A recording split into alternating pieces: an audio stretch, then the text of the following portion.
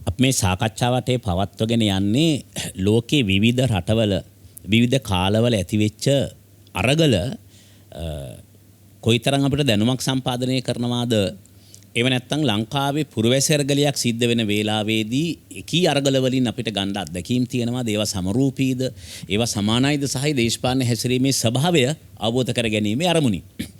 අපි පළවෙනි සැසිවාරයේදී පළවෙනි වටේ කතා කරේ සෝවියට් දේශයේ සහ බිඳවැටීම යුක්‍රේනයට අදාළව. මොකද යුක්‍රේනයේ තමයි අපේ ප්‍රධාන මාතෘකාව යුක්‍රේනයේ ඇතිවෙච්ච අරගලයන් මාතෘකාව නිසා. ඒක තමයි කතා කරේ. ඉතින් ඒ පළවෙනි වටේ කතා කරද්දී තමයි මම වාගේ අලුතින් ඉගෙන ගන්න එක්කෙනෙක් තේරුම් ගන්න මේ යුක්‍රේනයේ ලෝකේ වැඩිම වතාවක් ආක්‍රමණය කරලා තියෙන රට බවට පත් වෙන්නේ ඇයි? එහෙම නැත්නම් මේ යුක්‍රේනයේ මෙච්චර ලෝක බලවතුන් ආශා කරන්නේ යුක්‍රේනයේ කෙල්ල ලස්සන හින්දාම නෙවෙයි උන් පය ගහගෙන ඉන්න මහ පොළවේ තියෙන කළු පස හින්දා. වාගේ දේවල් තමයි මට මේ සාහිත්‍යමය වශයෙන් එහෙම අවශෝෂණය කරගන්න තියෙන කොටස්. අපි ඊළඟට කතා කරන්න බලාපොරොත්තු වෙන්නේ යුක්‍රේනයේ බිහිවීම අතීතයේ ඉඳලා ඓතිහාසික බිහිවීමේ ඉඳලා යුක්‍රේනයේ බිහිවීමත් එක්ක සමකාලීන සෙසු රටවල දේශපාලන හැසිරීම කොහොමද මේකට බලපෑවේ කියන කාරණාව. ඒක පැහැදිලි කරන්නට මම ආරාධනා කරනවා දමිත් කේතකට.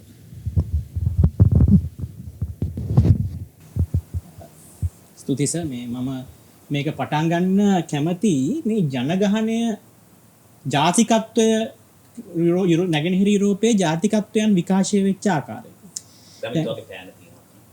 දැන් විකාශය වෙච්ච ආකාරය කිව්වහම අපිට ලෝකේ කිසිම රටක මෙන්න මේ ආකාරයට තමයි ජාතිකත්වය විකාශය වුනේ නැත්නම් මෙන්න මේ ආකාරයට තමයි මේ ජාතිකත්වය සකස් වුනේ ඒකේ සංයුතින් එක තුනේ මේ විදිහටයි කියලා නිශ්චිතවම කියන්න බෑ.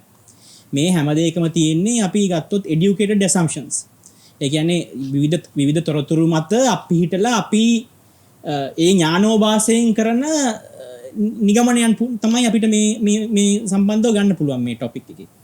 එතකොට යුක්‍රේනය ගැන වගේ අපේ සහෝදරයා මේ චාමර කලින් හැඳින්වුවා යුක්‍රේනය කොහොමද සිතියම් ගත වෙන්නේ කියන එක සම්බන්ධව. නමුත් අපි යුක්‍රේනයේ ජාතිකත්වය කොහොමද විකාශය වුනේ කියන එක ගැන සරල අදහසක් ගමු. මේක ගොඩක් සංකීර්ණ කතාවක්.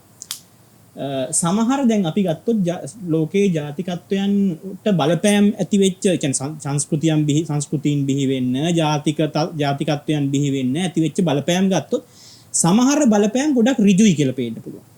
දැන් උදාහරණයක් ගත්තොත් අපේ රටේ බැලුවොත් එහෙම අපි ඉන්දිය බලපෑම ගොඩක් ඍජු බලපෑමක් කියලා කියන්න පුළුවන්. පසු කාලීනව යුරෝපා ආක්‍රමණත් එක්ක වෙනත් වෙළඳ සම්බන්ධතා එක්ක සංස්කෘතියට බොහෝ දේවල් එකතු වුණා සංස්කෘතිගත වුණා ආගමික වශයෙන් සංකලනයක් ඇති වුණා එහෙම කියන්න පුළුවන්. සමහර ඒවාගේ සංකලනය ගොඩක් සංකීර්ණයි කතා කරනකොට ගොඩක් දේ කියන්න තියෙනවා ඇත්තටම. මේ භූමියත් ඒ જાති එකක්. මේ නැගෙනහිර යුරෝපය කියලා කියන්නේ ඒ જાති භූමිය.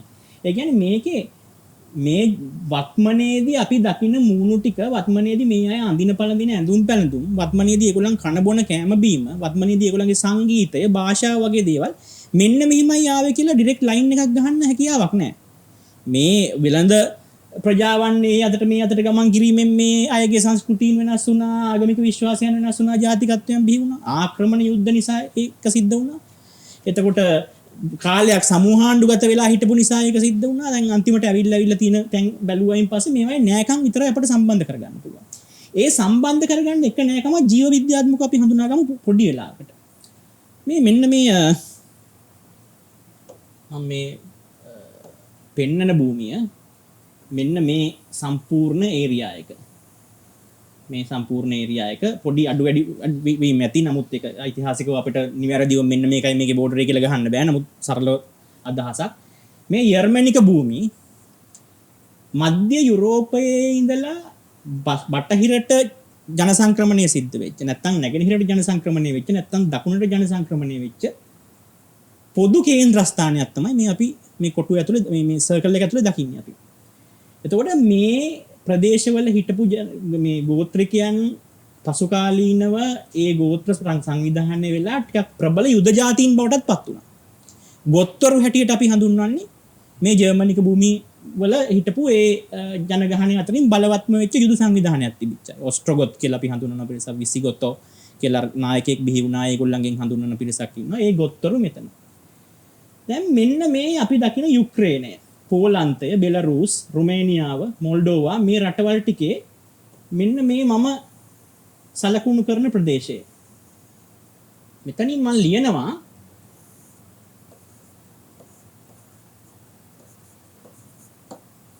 ස්ලාව්ස්, ස්ලාවික ජනතාව. මෙයාලා මෙතනට ආවේ කොහොමද? දැන් මේගොල්ලන් අපි පොඩි හඳුන්වීමක් කරමුකෝ.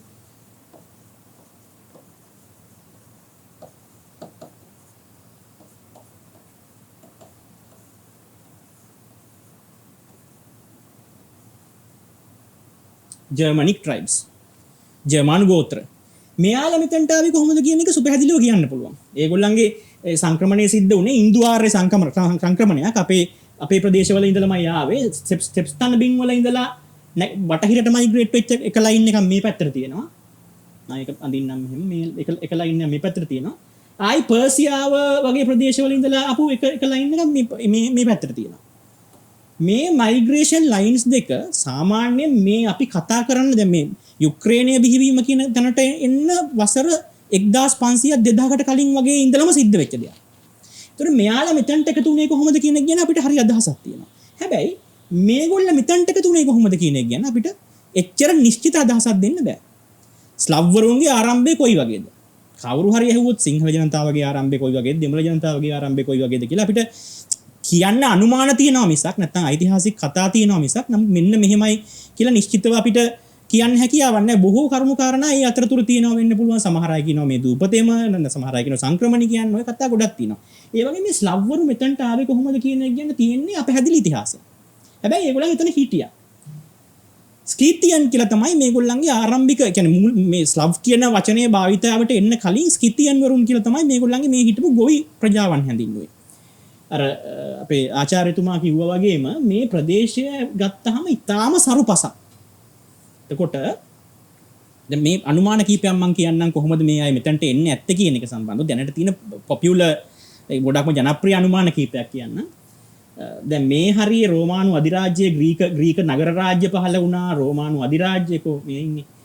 රෝමානු අධිරාජ්‍යය එතකොට පර්සියාව, තුර්කිය, මේ ප්‍රදේශයේ මයිනර් ඒෂියා කියලා මේ ප්‍රදේශය හැඳින්වුනේ. එතකොට ඒ ප්‍රදේශවල පැවතුණා බොහොම ශක්තිමත් රාජධානි. ශක්තිමත් ශිෂ්ටාචාරයන් පැවතුණා. ඒවයේ යම් පාලක ස්තරයන් එක්ක යම් ගැටුම් ඇති කරගත්ත අය. නැත්නම් අපරාධකරුවන් වෙන්න පුළුවන්. නැත්නම් සමාජයෙන් බැහැරියන් බවට පත්වෙච්ච පුද්ගලයන් වෙන්න පුළුවන්. ඒ අය මේ රාජධානි වලින් ගැලවිලා නිදහසේ තමන්ගේ වගාවක් කරගෙන නැත්නම් විලදාමක් කරගෙන ජීවත් වෙන්න භූමියක් සොයාගෙන පැමිණීමේ ප්‍රතිඵලයක් දෝ කියලා හිතෙනවා. මේ ප්‍රදේශයේ ජනතාවක් ගොනු වෙච්ච එක. ඒකත් එක්තරා මතයක්. එහෙමත් වෙන්න පුළුවන්. කොහොම වුණත් ඒ අය ස්වයං පෝෂිතව හිටියා. ඒක ගොඩක් සරු භූමියක් ඒගොල්ලන් ඒකේ වගා කරගෙන ඒගොල්ලන් බොහොම සතුටින් හිටියා යම්කිසි කාල සීමාවක්. හැබැයි මේ ස්කිතියන් වරුන්ටත් ස්ලව් වරුන්ට වගේම තමන්ගේ පාඩුවේ සැනසෙල්ල වැඩි කාලයක් ඉන්න හම්බුන්නේ නැහැ. මේ යුද ජාතීන් මං කලින් කිව්ව ගොත්තරුන්ගෙන් ආක්‍රමණයක් ආවා. මේක සිද්ධ වෙන්නේ ක්‍රිස්තු වර්ෂ 230 ක්‍රිස්තු වර්ෂ 750 විතර වගේ කාල සීමාව තුල. මේ ගොත්තරුන්ගෙන් ආක්‍රමණයක් ආවා. අනිත් පැත්තට හන්වරු කියලා ජාතියක් හිටියා. මෙන්න මේ නැගෙනහිර යුරෝපයටත් ටිකක් නැගෙනහිරට වෙන භූමිය රුසියාවටත් අයිති මම හිතන්නේ චාමරේක ඒ හන්වරුන්ගේ මූලික භූමිය. එතන ඒ හන්වරුන්ගෙන් අටීලා කියලා ගොඩක් ජනප්‍රිය නායකයෙක් යුද නායකයෙක් රෝමයටත් බරපතල තර්ජනයක් වෙච්ච කෙනෙක්. ඔවුන්ගෙන් ආව වෙනම ආක්‍රමණයක්. මේ ආක්‍රමණ දෙක අතරේ මැදි වෙලා මේගොල්ලන් ගොඩනගාගත්ත යම්කිසි ස්වාධීනව ගොඩනගාගත් යමක් වේද ඒක සම්පූර්ණයෙන් විනාශ වුණා. විනාශ වෙලා ඒගොල්ලන්ට ඒ ආක්‍රමණ දෙක යටතේ ජීවත් වෙන්න සිද්ධ වුණා. කොහොම හරි ටික කාලයක් ওই විදිහට ඉඳලා ඊට පස්සේ ස්ලව් කියන අනන්‍යතාවයට මාරු වුණාට පස්සේ මේ හරිය බලන්න අපි පොඩ්ඩක් මේ ස්කැන්ඩිනේවියානු අර්ධද්වීපයත් එක්ක ඔබට පේනවා මෙතන ස්වීඩනය තියෙනවා, එහා පැත්තේ නෝර්වේ තියෙනවා, ඩෙන්මාර්ක් රාජ්‍යය තියෙනවා මෙතන. මෙන්න මේ කොටස බිහි වුණා ඊටාම රණකාමී සමුද්‍ර ජාතියක්. ඒගොල්ලන් මේ පැත්තට ගියාම ඒ කියන්නේ බ්‍රිතාන්‍ය දෙසට මයිග්‍රේට් කරාම මේ නෝත් සී එක හරහා ගිහින් බ්‍රිතාන්‍යයට මයිග්‍රේට් කරාම උන්ට බ්‍රිතාන්‍යයන් හැඳින්වුවේ වයිකින් කියලා.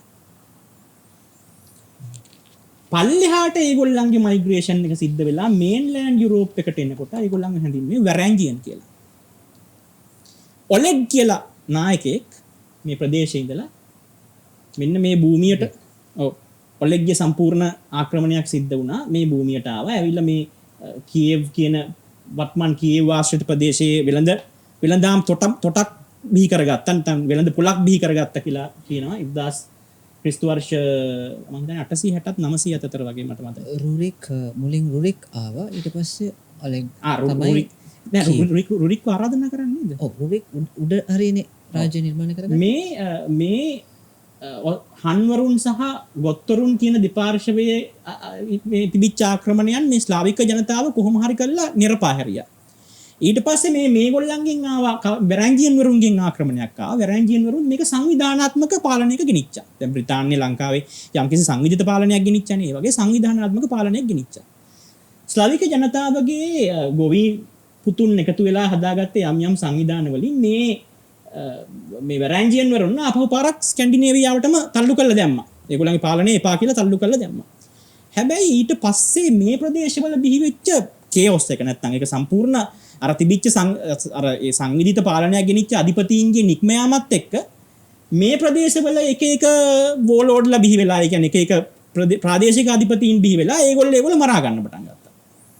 ටික කාලයක් කල්පනා කරන් පස්සේ අර කලින් හිටපු අධිපති ස්වාමීන් හොඳයි කියලා හිතුණා මේ සිද්ධ වෙන දේවලුත් එක්ක. සමහර රටවල් වල දැනුත් ඒ වගේ දේවල් සිද්ධ වෙනවා.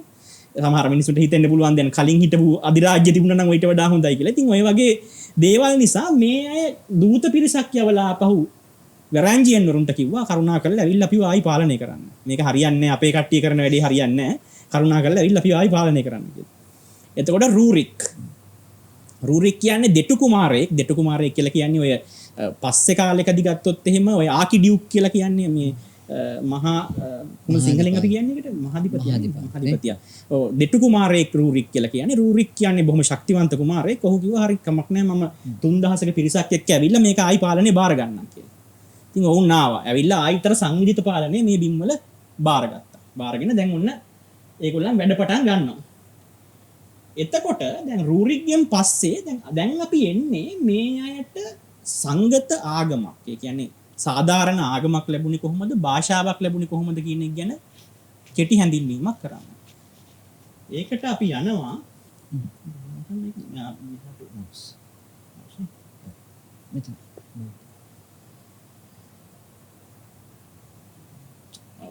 මේ තියෙන්නේ කියේව් රාජධානිය. ඒ කියන්නේ අපි කියේව් කියලා අද ගණන් කරන්නේ අද ගණන් ගන්නේ යුක්‍රේනයේ අගනුවර. ඒ යුක්‍රේනයේ අගනුවර වත්මනේ තියෙන තැන නෙමෙයි මේ කියේව් එක තිබ්බේ. ඒක ටිකක් මැදට වෙන්න වගේ තව ටිකක් පල්ලෙහාට වෙන්න වගේ මේ කියේව් එක තිබ්බේ. මේක වෙළඳ නගරයක් බවට පත් වෙච්ච එකක්. ඒ වෙළඳ නගරේ සිටු කුමාරවරුන් ඇවිල්ලා සිටු අධිපතීන් වෙළඳ අධිපතීන් ඇවිල්ලා එක පැතිවල ඒගොල්ලන් වෙළඳාම් කරගෙන බයිසාන්තියන එක්කත් වෙළඳාම් කරලා ඒ විදිහට ගොඩක් ෆ්ලෙග් වෙච්ච වෙළඳ නගරයක්. ගොඩක් සරුසාර වෙච්ච වෙළඳ නගරයක්. දැන් මේ රූරික් 862 ආවා. 869 කාල සීමාව තුළ රූරික් පාලනය කරා. මෙන්න මේ අයගෙන් මේ ඉගෝර් කියලා කියන්නේ රූරික්ගේ පුත්‍රයා මේ විවාහ කරගත්තේ ඔල්ගා. මේ ඔල්ගා මෙන්න මෙයා මේ චරිතය හරි වැදගත්. දන්නවා ක්‍රිස්තියානි දර්ශනය ක්‍රිස්තියානි ආගම රෝමයට ආවට පස්සේ රෝමයේ කොන්ස්ටන්තීන් අධිරාජ්‍යය පිළි අරගෙන ඒ රාජ්‍ය වශයෙන් සංස්ථාපිත කරන්න කලින් කොන්ස්ටන්තීන් අධිරාජ්‍යයේ මව සහ නැගණිය දෙන්න හොර රහසේ ඒ ආගම වැළඳගෙන ඒක රහසිගතව ඒ ආගම තුල ඒ විශ්වාසය තුල හිටියා කියන්නේ. මේ ඔල්ගා තමයි මේ කලාපයෙන් බෞතිස්මලාභීනියක් හැටියට ක්‍රිස්තියානි දර්ශනය පිළිබඳව හදවතේ තියාගෙන රහසිගතව ඒක අදහමින් හිටපු මේ ප්‍රබල චරිතය. එතුමිය පාලිකාවක් මේ ප්‍රදේශයට. මේ ඉගෝර්ව විවාහ කරගත් ගන්න පෙරත් පසුවත් එතුමිය මේ ප්‍රදේශයට නිකන් අර රාජිනියක් අග්‍ර රාජිනියක් වගේ හිටපු නැත්තියා. සාන්ත ඔල්ගා කියලා දැන් හැඳින්වෙන්නේ. මොකද ඇය සාන්තුවරයටපත් වුණා ඔර්තොඩොක්ස් පල්ලියේ සීමාව ඇතුළත. ඇය මේ දහම පිළිබඳව විශ්වාසය මෙන්න මෙයාට දෙනවා. ස්වියතෝස්ලාව් කියන කෙනාට. නමුත් ඔහු ඒක ප්‍රතික්ෂේප කරනවා. ඔල්ගාගේ පුත්‍රයා. එයාට දෙනවා මේ දෙන්න ඉගෝර්ගේ සහ ඔල්ගාගේ විවාහයෙන් බිහි වෙච්ච මේ පුත්‍රයාට දෙනවා. මේ ඔහු ඒක ප්‍රතික්ෂේප කරනවා. දැන් පොඩි හැඳින්වීමක් කරන්න ඕන ක්‍රිස්තියානි දහම එන්න කලින් මේගොල්ලෝ කවුද කියන්නේ. හීතන් කියලා හඳුන්වන්නේ. හීතන් වරු කියලා කියන්නේ සාමාන්‍යයෙන් ඔය දේව රූප ටිකක් අඹාගෙන ඒ දෙවිවරුන් අතරත් එච්චර සංගත නැහැ කතාව. සංවිධානයේ වෙච්ච සංගත කතාවක් නෙමෙයි දෙවිවරුන් අතරත් තියෙන්නේ. එක එක දෙවියන් ගැන එක එක ආච්චි එක ආච්චිලා සීයලා එක මුණුබුරු මිනිබිරියන්ට එක කතා කියාවි. මේ වගේ තත්ත්වයක් තිබ්බ එකට එක්තරා විදිහට වියවුල් සහගත කතා මාලාවක් තිබ්බ. ඉතින් ඔය කට්ටිය ඒ වගේ ප්‍රතිමා වලට වැඳගෙන එහෙම හිටපු පිරිසක්. මෙයා ඒ විශ්වාසය ස්වියතෝස්ලාව් කියන මෙයා ඒ විශ්වාසය අත්හරින්න කැමති වුණේ නැහැ. ඒකට එයා දීපු හේතු තිබ්බා. දැන් ක්‍රිස්තියානි විශ්වාසය ගැන මෙයා කිව්වට පස්සේ මෙයා කිව්වා නෑ මේක අපි කාලාන්තරයක් තිස්සේ පැවතගෙන ආපු දෙයක්. එයාට අත්හැරීමේ බියක් තිබ්බා. අපි වෙන දෙයක් අපි හදාරන්න ඕනද මේ දෙවිවරුන් කෝප වෙයිද ඔය වගේ දේවල්. ඔහු සේනාධිපතියෙක්. සේනාධිපතියෙක් හැටියට ඔහු බිය වුණා යුද්ධයේදී පරාජය වෙයිද මේ දෙවිවරුන්ගේ ශාපය ලැබෙන්නේ නැත්නම් ධන ධාන්‍ය භෝග විනාශ වෙයිද. ඒක නිසා එයා ඒ ගැන එච්චර කැමැත්තක් දැක්ුවේ උනන්දුවක් දැක්ුවේ නෑ. ඔහු ඒක ප්‍රතික්ෂේප කරලා දැම්මා. හැබැයි මෙයාගේ මෙන්න මේ පුත්‍රයා පළවෙනි ව්ලාඩිමීර් මේ කලාපයේ බිහි වෙච්ච පළවෙනි ප්‍රබලම නායකයා. ඔහු ශිෂ්ටාචාරයක් මේ ප්‍රදේශයේ වෙනස් කරපු මිනිස්සෙක්. ඔහු බලය අතට ගන්නේ මෙන්න මේ යාරෝපොල් කියන එයාගේ සහෝදරයව ඝාතනය කළා. මේ සහෝදරයෝ තුන්දෙනා අතරේ ඔලෙග් සහ ව්ලාඩිමීර් ද ෆස්ට් යාරෝපොල් අතරේ ලොකු ගැටුමක් ඇති වුණා.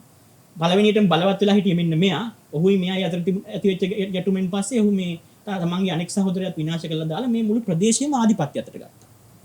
ගත්තාම පළවෙනි ව්ලාඩිමීර්ට හිතුණා මේක දෙවිදියකින් අපි බලන්න පුළුවන් ඉතිහාසය ඇතුලේ. මේක සංස්කෘතිකවත් බලන්න පුළුවන්, ආගමිකවත් බලන්න පුළුවන්, දේශපාලන සංදර්භය ඇතුලේත් බලන්න පුළුවන්. ඊට අමතරව ආර්ථික පැත්තෙන් බලන්නත් පුළුවන්. වාණිජ ආර්ථික පැත්තෙන් බලන්නත් පුළුවන්. මොහොත හිතුණා මේ විදිහට අපි මෙතන හුදකලා රාජ්‍යයක් වශයෙන් ඉඳීමේදී අපි දිගින් දිගටම තර්ජන වලට මුහුණ පානවා. ඒක නිසා අපි ශක්තිමත් ජාත්‍යන්තර සබඳතා ගොඩනගා ගන්න ඕනේ. ඔහු ඒ සඳහා තෝරගත්තේ ඒ කියන්නේ මේ වගේ සබඳතාවයක් ගොඩනගන්න ඔහු තෝරගත්තේ මම ඒකත් ඕගොල්ලන්ට පෙන්නන්නම්.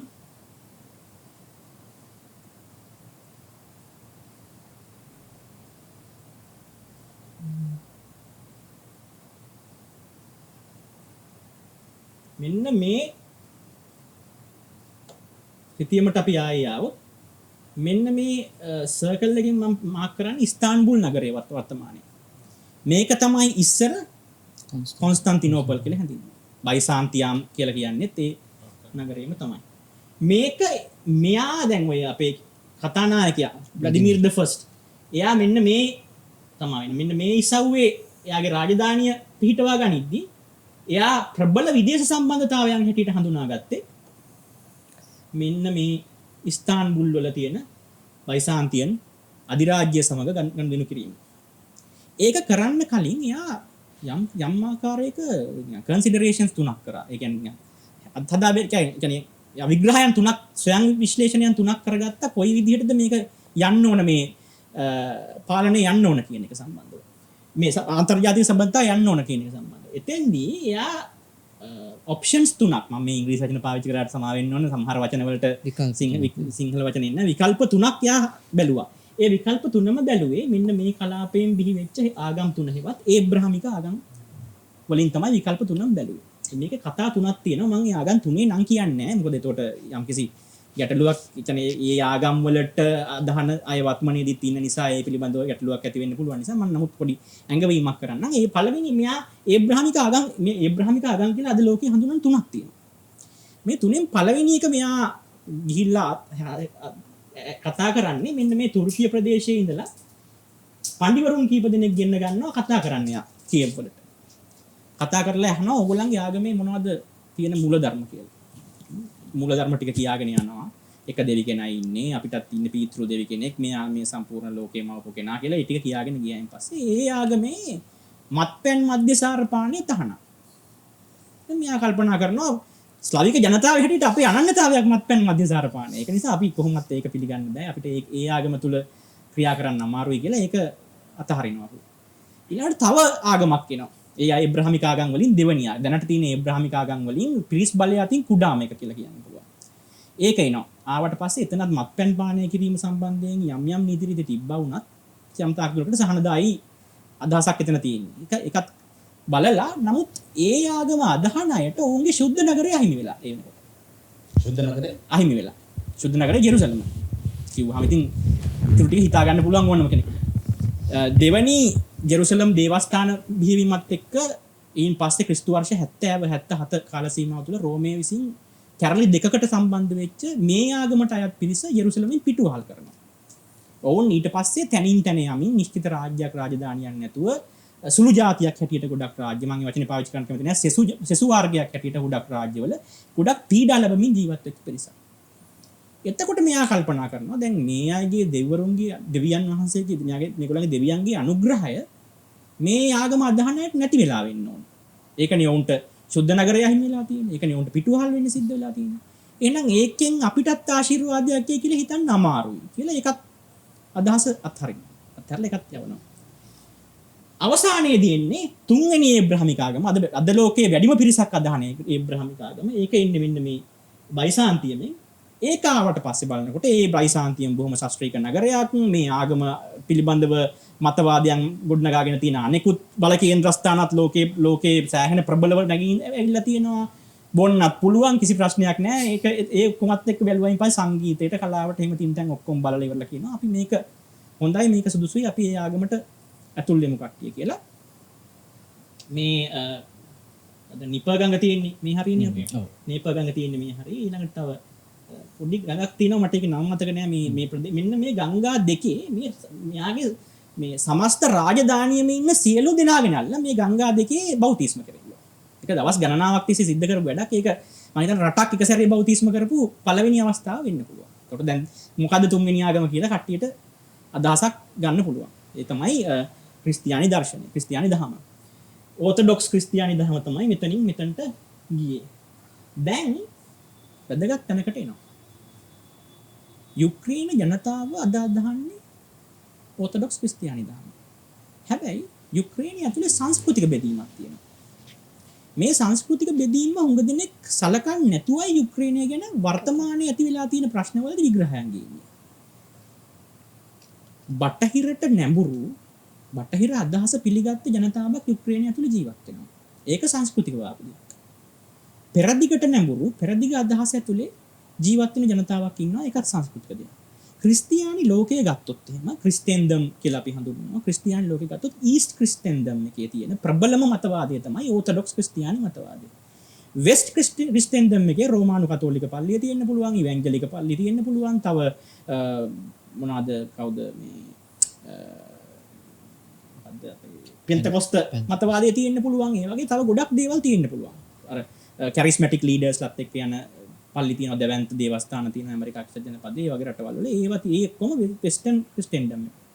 මේ ඊස්ට් ක්‍රිස්තියන්ඩම් එකේ මතේ එකම ක්‍රිස්තියානි ඇතුලේ එකම ක්‍රිස්තියානි මතේ නියෝජනය කරමින් සංස්කෘතික දෙබෙදුමකට මේගොල්ලෝ ගියේ කොහොමද? ඔන්න දැන් අපි මේ සංකීර්ණ කතාව පියවරෙන් පියවර ලියන්න යනවා. මේක ටික වෙලාවක් යන වැඩක්. මම හිතනවා ඉවසීමෙන් මේක අහගෙන ඉන්න ඕන කියන එක. මේ මම සරලව රේඛාවක් ගහන්නම්. සාමාන්‍යයෙන් මේක ඉතාම නිවැරදි රේඛාවක් නෙමෙයි. නමුත් මම සරලව රේඛාවක් ගහන්නම්. මෙන්න මේ රේඛාවෙන් නැගෙනහිර පැත්තට වෙන්න තියෙන ඊස්ට් ක්‍රිස්තියන්ඩම් එක. මේ බටහිර පැත්තට වෙන්න තියෙන වෙස්ට් ක්‍රිස්තියන්ඩම් එක. ඒක ක්‍රිස්තියානි දර්ශනය හැටියට ගත්තොත්. මේ අපි කතා කරන යුක්‍රේන භූමියේ මම අර කලින් කියාපු බෞතිස්ම කිරීමත් එක්ක ජනතාව ක්‍රිස්තියානි ආගමට ආවට පස්සේ භාෂාවක් තිබුණේ නැහැ ඒගොල්ලන්ට ඊට කලින්. භාෂාවක් තිබ්බ කෙනෙක් කමියුනිකේෂන් සිස්ටම් එකක් තිබ්බ කෙනෙක් වර්බල් කමියුනිකේෂන් කරන්න අවශ්‍ය කරන භාෂාමය සංවිධානය තිබුණා. ලිඛිත භාෂාවක් තිබුණේ නැහැ. අකුරු පිළිබඳව දැනුමක් තිබුණේ නැහැ. අක්ෂර වලින් සිදු කරන කාර්යභාරයන් ඔවුන් කරගත්තේ සංකේත වලින්. මම කලින් කියවනේ හීතන් වරුන් හිටිය කියලා මේ ප්‍රදේශවල දේව රූප කොටනවා. ඒ දේව රූප වල යට පාදමේ දෙවියන්ගේ පාදයේ හරිය යම් සංකේත කොටනවා. ඒ සංකේත වලින් තමයි ඔය ඒගොල්ලන් කතා කරන්නේ. ගොඩක් වෙලාවට දේව රූපයක් කොටලා ඒකේ පාදයේ ත්‍රිකෝණයක් හරි නැත්නම් චතුරාස්‍රයක් හරි මොකක් හරි වගේ දෙයක් සරල සංකේතයක් තියෙනවා නම් ඒ කියන්නේ මේ දෙවියන් වැස්සට අධිපති. ඒ වගේ කතන්දර තමයි ඒගොල්ලන් ජනස්මෘතිය ඇතුලේ තියාගත්තේ. එතකොට මම මේ පොඩි නමක් මතක් කරගන්න පොත ගන්නවා. මේ භාෂාව ස්ලාවික ජනතාවගේ භාෂාව හදපු පීතෘවරු දෙන්න. ඒ අයගේ මේ සාන්ත සිරිල් 9 වෙනි සියවසේ. මෙයා ග්‍රීක ජාතිකයෙක්. මෙයා මේ ග්‍රීසියේ ඉඳලා උඩට ඉස්සලා කියන්න ඕන මේ කතාව ගොඩක් සංකීර්ණයි. මේක පටලවා ගන්න නැතුව අහගන්න ඕන. මේ ඕර්තොඩොක්ස් ක්‍රිස්තියානි ආගම කියන්නේ මොකක්ද? ඕක ඕතොඩොක්ස් කියන වචනේ තේරුම තමයි ගොඩක් වෙලාවට සාම්ප්‍රදායික සම්ප්‍රදායත් එක්ක යන කියන එක. ඕතොඩොක්ස් ක්‍රිස්තියානි ආගම පෝෂණය වුණේ ග්‍රීක චින්තනයත් එක්ක. ග්‍රීක සාහිත්‍යයක, ග්‍රීක පඬිවරුන්ගේ, ග්‍රීක ව්‍යක්තයන්ගේ කන්ට්‍රිබියුෂන් එකත් එක්ක ඕතොඩොක්ස් ක්‍රිස්තියානි ආගම පෝෂණය වුණේ. ඒක පෝෂණය වුණේ මෙන්න මේ බයිසාන්තියම. ඒක දැවැන්ත පුස්තකාල දෙකක් තිබ්බා මේ බයිසාන්තියම. ඇලෙක්සැන්ඩ්‍රියා තොටමුණේ එක තිබ්බා. මේ පුස්තකාලවල එකතු වෙච්ච විදග්ධ මතවාද මේ ක්‍රිස්තියානි ආගම ඒක ඇතුලේ පෝෂණය කරන්න පටන් ගත්තා. එතකොට මේ ග්‍රීක විද්වතුන්, ග්‍රීක සාහිත්‍යදරයන් තමයි මේකේ පූජකයන් බවට පත් වෙලා මේ ආගම අරගෙන ගිහිල්ලා දේශකයන් බවට පත් වුණා. මේ සිරිල් කියන්නේ ඒ જાතියෙක් කෙනෙක්. එයා ගිහිල්ලා මේ භූමියේ ඉන්න ජනතාවත් එක්ක සම්බන්ධ වෙලා ඒගොල්ලන්ට බයිබල් එක උගන්වනවා. බයිබල් එක මූලික වශයෙන් ලිය වෙලා තියෙන්නේ භාෂා තුනක ආభాෂයෙන්. පළවෙනියටම ග්‍රීක භාෂ. ග්‍රීක තමයි ඒ කාලේ තිබිච්ච ජාත්‍යන්තර විද්වතුන්ගේ භාෂ. ඊළඟට හෙබ්‍රෙව් භාෂ. යුදෙව් ජනතාවගේ භාෂාව. ඊළඟට ඇරමික් කියලා භාෂක් තියෙනවා. ජේසුස් නාමි දරුවන්ගේ මව් භාෂාව හැටියට හඳුන්වන ඇරමික් කියලා භාෂ. ඒක ඇවිල්ලා හිබ්‍රෙව් භාෂේම එක්තරා විදිහක ශාඛාවක් ලෙස හඳුන්වන්නත් පුළුවන්.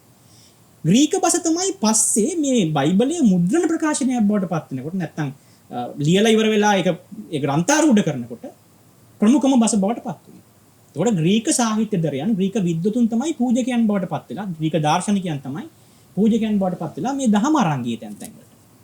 ඒ අය මේ සිරිල් කියන කෙනා මෙතනට ගිහිල්ලා ඒ ප්‍රදේශවාසීන් එක්ක කතා කර අහනවා ඕගොල්ලන් සංකේත පාවිච්චි කරනවද? ඕගොල්ලන්ගේ භාෂේ. ඒගොල්ලන් කියනවා අපි සංකේත අපිට ලියන භාෂක් නෑ. අපි නිකන් ගස්වල කොටනවා. ඒ වගේ දේවල් වලින් තමයි අපිට කමියුනිකේෂන් එක කරගෙන යන්නේ. ඒක නිසා අපි සංකේත පාවිච්චි කරනවා. මේ සංකේතවලට දැන් මේ සිරිල් කියන මේ දේවගතිතුමා, එයා දේවගතිතුමින් නෙමෙයි ඒ කාලේ විද්වතෙක්. එයා මේ සංකේත ටික අරගෙන ග්‍රීක හෝඩිය ග්‍රීක අක්ෂර ගලපනවා මේ සංකේතවලට. ගලපලා කල්පනා කරනවා මේ අයට බසක් හදලා දෙන්න පුළුවන් මට. එයා ඒක හදන්න පටන් ගන්නවා. ඔහුට ඒක අවසන් කරන්න හම්බ වෙන්නේ නැහැ. එයාට ඔහුගේ සහෝදර මෙතෝඩියස් කියලා ඔහුගේ සහෝදරයෙක් ඉන්නවා. මට නිකන් තුලනාත්මක අදහසක් ආවා. දැන් මම දන්නවා මේ වාගේ ක්‍රිස්තියානි ආක්‍රමණයක් ගැන. එහෙම නැත්නම් ක්‍රිස්තියානින් කොහොමද යුක්‍රේනය ඇතුලේ තමන්ගේ ආගමික මතවාදයේ තහවුරු කරගත්තේ කියන කාරණාව කතා කරනකොට මේ ප්‍රෝග්‍රෑම් එක බලන ගොඩක් අයට පොඩි විචිකිච්ඡා එන්න පුළුවන් තමයි. මොකද්ද මේ අපි කරන්න හදන්නේ කියලා. මම කියන්නේ තුලනාත්මක දැනුම කියන එක සම්බන්ධයෙන් ගත්තාම දැන් මට ටක් ගාලා අපු එක තමයි මම දැන් කියන්නම්. දැන් ಭಾರತයේ නිර්මාණය වන බුදුදහම අපි කියනවානේ මිහිඳු හාමුදුරුවෝ ගෙනාව කියලා. එතකොට දැන් අපේ රටේ තුර සංකේත තිබුණේ. ඒතර බුදුහාමුදුරුවෝට පස්සේ තමයි භාෂාවක්, නිශ්චිත ලේඛන ශෛලියක්, නිශ්චිත සංස්කෘතියක්, ජීවන රටාවක්, කැම්බීම කන විදිහක් මේ සේරම ටික ආවේ මිහිඳු හාමුදුරුවෝට පස්සේ. ඒ කියන්නේ ඕනම ආගමක් නැත්තම් ඒ ආගම අදහන මිනිස් කොට්ටාසයක් යනකොටම ඒ මිනිස් කොට්ටාසයත් එක්ක මේ ආගමේ තියෙන සංස්කෘතිය යනවා. නවත්තන්න බෑ. ඒ කියන්නේ අපිට කෑම ගන්නකොට පිඟාන මැද්දෙන් කන්න එපා, කෙලවරෙන් ගනින් මේ මොනරි බිජු වාගේ ගිලින්න එපා, පැත්තකින් නම් කුකුලි බිජු වාගේ ගිලපන්. මේ කෑම කන එකේ තියෙන ඇඟිලි පාවිච්චි කරන එකේ තියෙන සංස්කෘතිය දක්වාවේ මිහිඳු හාමුදුරුවෝට පස්සේ කියලා කියන්නේ. අපි සෙල්ලිපිත් එක්ක අපි අක්ෂර පටන් ගන්නවා, භාෂාව පටන් ගන්නවා, සාහිත්‍ය පටන් ගන්නවා. ඊට පස්සේ අර ආගමික මූලස්ථාන දෙකක් කිව්වා දැනුම් පද්ධතියේ තිබුණ එක මේ ග්‍රීක භාෂාව දන්නේ නැත්තේ කියලා. ඒතර ලංකාවේ අධිපති භාෂාවට පත් වෙලා තියෙන පාලි සංස්කෘත. එතකොට තමයි ලංකාවේ ඒ පැත්තෙන් ගත්තම ඒගොල්ලන්ට ප්‍රාචීන පඬිතුයෝ කියලා කිව්වේ අපි. ඒතර ප්‍රාචීන පඬිතයන් ඇතේ තමයි තිබුණේ. ඒතර ලංකා ඉතිහාසයේ මුළු සාහිත්‍යයම සාහිත්‍ය ඉතිහාසෙම තියෙන බෞද්ධ භික්ෂුන් නැතේ. වෙදකම තියෙන බෞද්ධ භික්ෂුන් නැතේ. ඒතර සුද්ධවාවට පස්සේ තමයි මේක භික්ෂුන්ගෙන් ගිහියන්ටපත් වෙන්නේ. ඒතර අපි ඓතිහාසිකව තියෙන චිරන්තන සීල ග්‍රන්ථ ලියලා තියෙන්නේ බෞද්ධ භික්ෂුන් බෞද්ධ සාහිත්‍ය ඉතිහාසයක් තියෙන. එතකොට අන්න එහෙම තුලනාත්මකව අදහස ගත්තාම ඒතර ලංකාවේ දේශපාලන ප්‍රශ්නයක් එද්දී, ආගමික ප්‍රශ්නයක් එද්දී ලංකාවේ ක්‍රිස්තියානුවරු ඉන්නවා, කතෝලිකයෝ ඉන්නවා. ඒතර ලංකාවේ ඉස්සෙල්ලා ඔයගලන්ට කිව්වේ අපි ගම්වල ඉස්සර කිව්වේ මේ අපි බෞද්ධ ඒක නෙවෙයි කිව්වේ අර ආගම්කාරයෙක් කියලා. ඒ කියන්නේ වෙන ආගමක් දැනන් හිටියේ නෑ. වෙන ආගමක් අදහන ඕන කෙනෙක් ආගම්කාරයෙක්, ඕක ආගම්කාරයෙක් කියලා. මම හිතනවා අපිට මේ වෙලාවේදී හරි ඉගෙන ගන්න අයට අර ඒක අපි හරි පාර්ශ්විකයිනේ දමිත් මොන හරි අදහසක් කියද්දි. පාර්ශ්වික නොවි මම හිතන්නේ දැනුම තුලණය කරගන්න වෙන්නේ මේකත් එක්ක. ඒ නිසා ලංකාවේ සමාජ දේශපාලන ආර්ථික අර්බුදයක් එන වෙලාවක මට යුක්‍රේනයට ආගම ආපු හැටි කොහෙන්ද ආවේ කලින් ආගමක් තිබ්බේ නැද්ද? ඉතින් අපේත් එහෙමනේ මම යක්ෂ නාග ගෝත්‍ර තිබුණාම ආවම මේ උන්ට ආගමක් තිබුණේ නැහැ නේ. එක එක ජාතිය ටිකක් අදහගෙන ඉඳලා තියෙන්නේ. අපේත් හැබැයි අපිටත් ඒක අතාරින්න බෑනේ. තාම මං කියන්නේ දේශපාලනිකව කියවන්න පුළුවන් නේ උන්නම් ඒක. ඇයි ඒ? අතෑරියා නම් දැන් කොහොමද කැල්ලින් ආයෙනයි එන්නේ? වාගේ නිකන් දේශපාලනිකව මේක කියවගත්තොත් මං හිතන්නේ හොඳයි කියලා. මං ඇත්තටම එහෙම කියවමින් යන්නේ කියන එක තමයි දමිත් මතක් කරේ.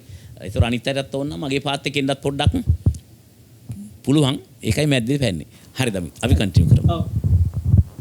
ඒක වටින අදහසක්. දැන් අපි මේකත් එක්ක සමගාමීව මේ කලාපේ සිද්ධ වෙච්ච වෙනස්කම් කතා කරද්දී මං හිතන්නේ එතනට අපි අනිවාර්යයෙන්ම එන්න ඕන. මොකද මේගොල්ලන්ගේ තිබුණා යම්කිසි සංස්කෘතියක් ඒ කාල සීමාවේ බිහි වෙච්ච. නමුත් භාෂාව කියන එක එච්චරම දියුණු අර ලිඛිත භාෂාව කියන එක එච්චර දියුණු තත්ත්වයක තිබුණේ නැහැ. මූලිකම රෙකෝඩ්ස් අපිට මේ කලාපය තුළ මේ පහත තියෙන ප්‍රබල රාජධානීන්ගෙන් ස්වාධීන වෙච්ච මූලිකම ලිඛිත ලේඛන හම්බ වෙන්නේ ක්‍රිස්තු වර්ෂ 600 විතර වගේ කාල සීමාව තුළ. ඒවත් එච්චර සංකීර්ණ ලේඛන නෙමෙයි. ඒවා ගොඩක් සරල ලියවිච්ච දේවල්. එතකොට අපිට හිතන්න පුළුවන් සංකීර්ණ බසක් හඳුන්වා දීම මෙන්න මේ කාල සීමාවේ සිද්ධ වුණා කියන එක.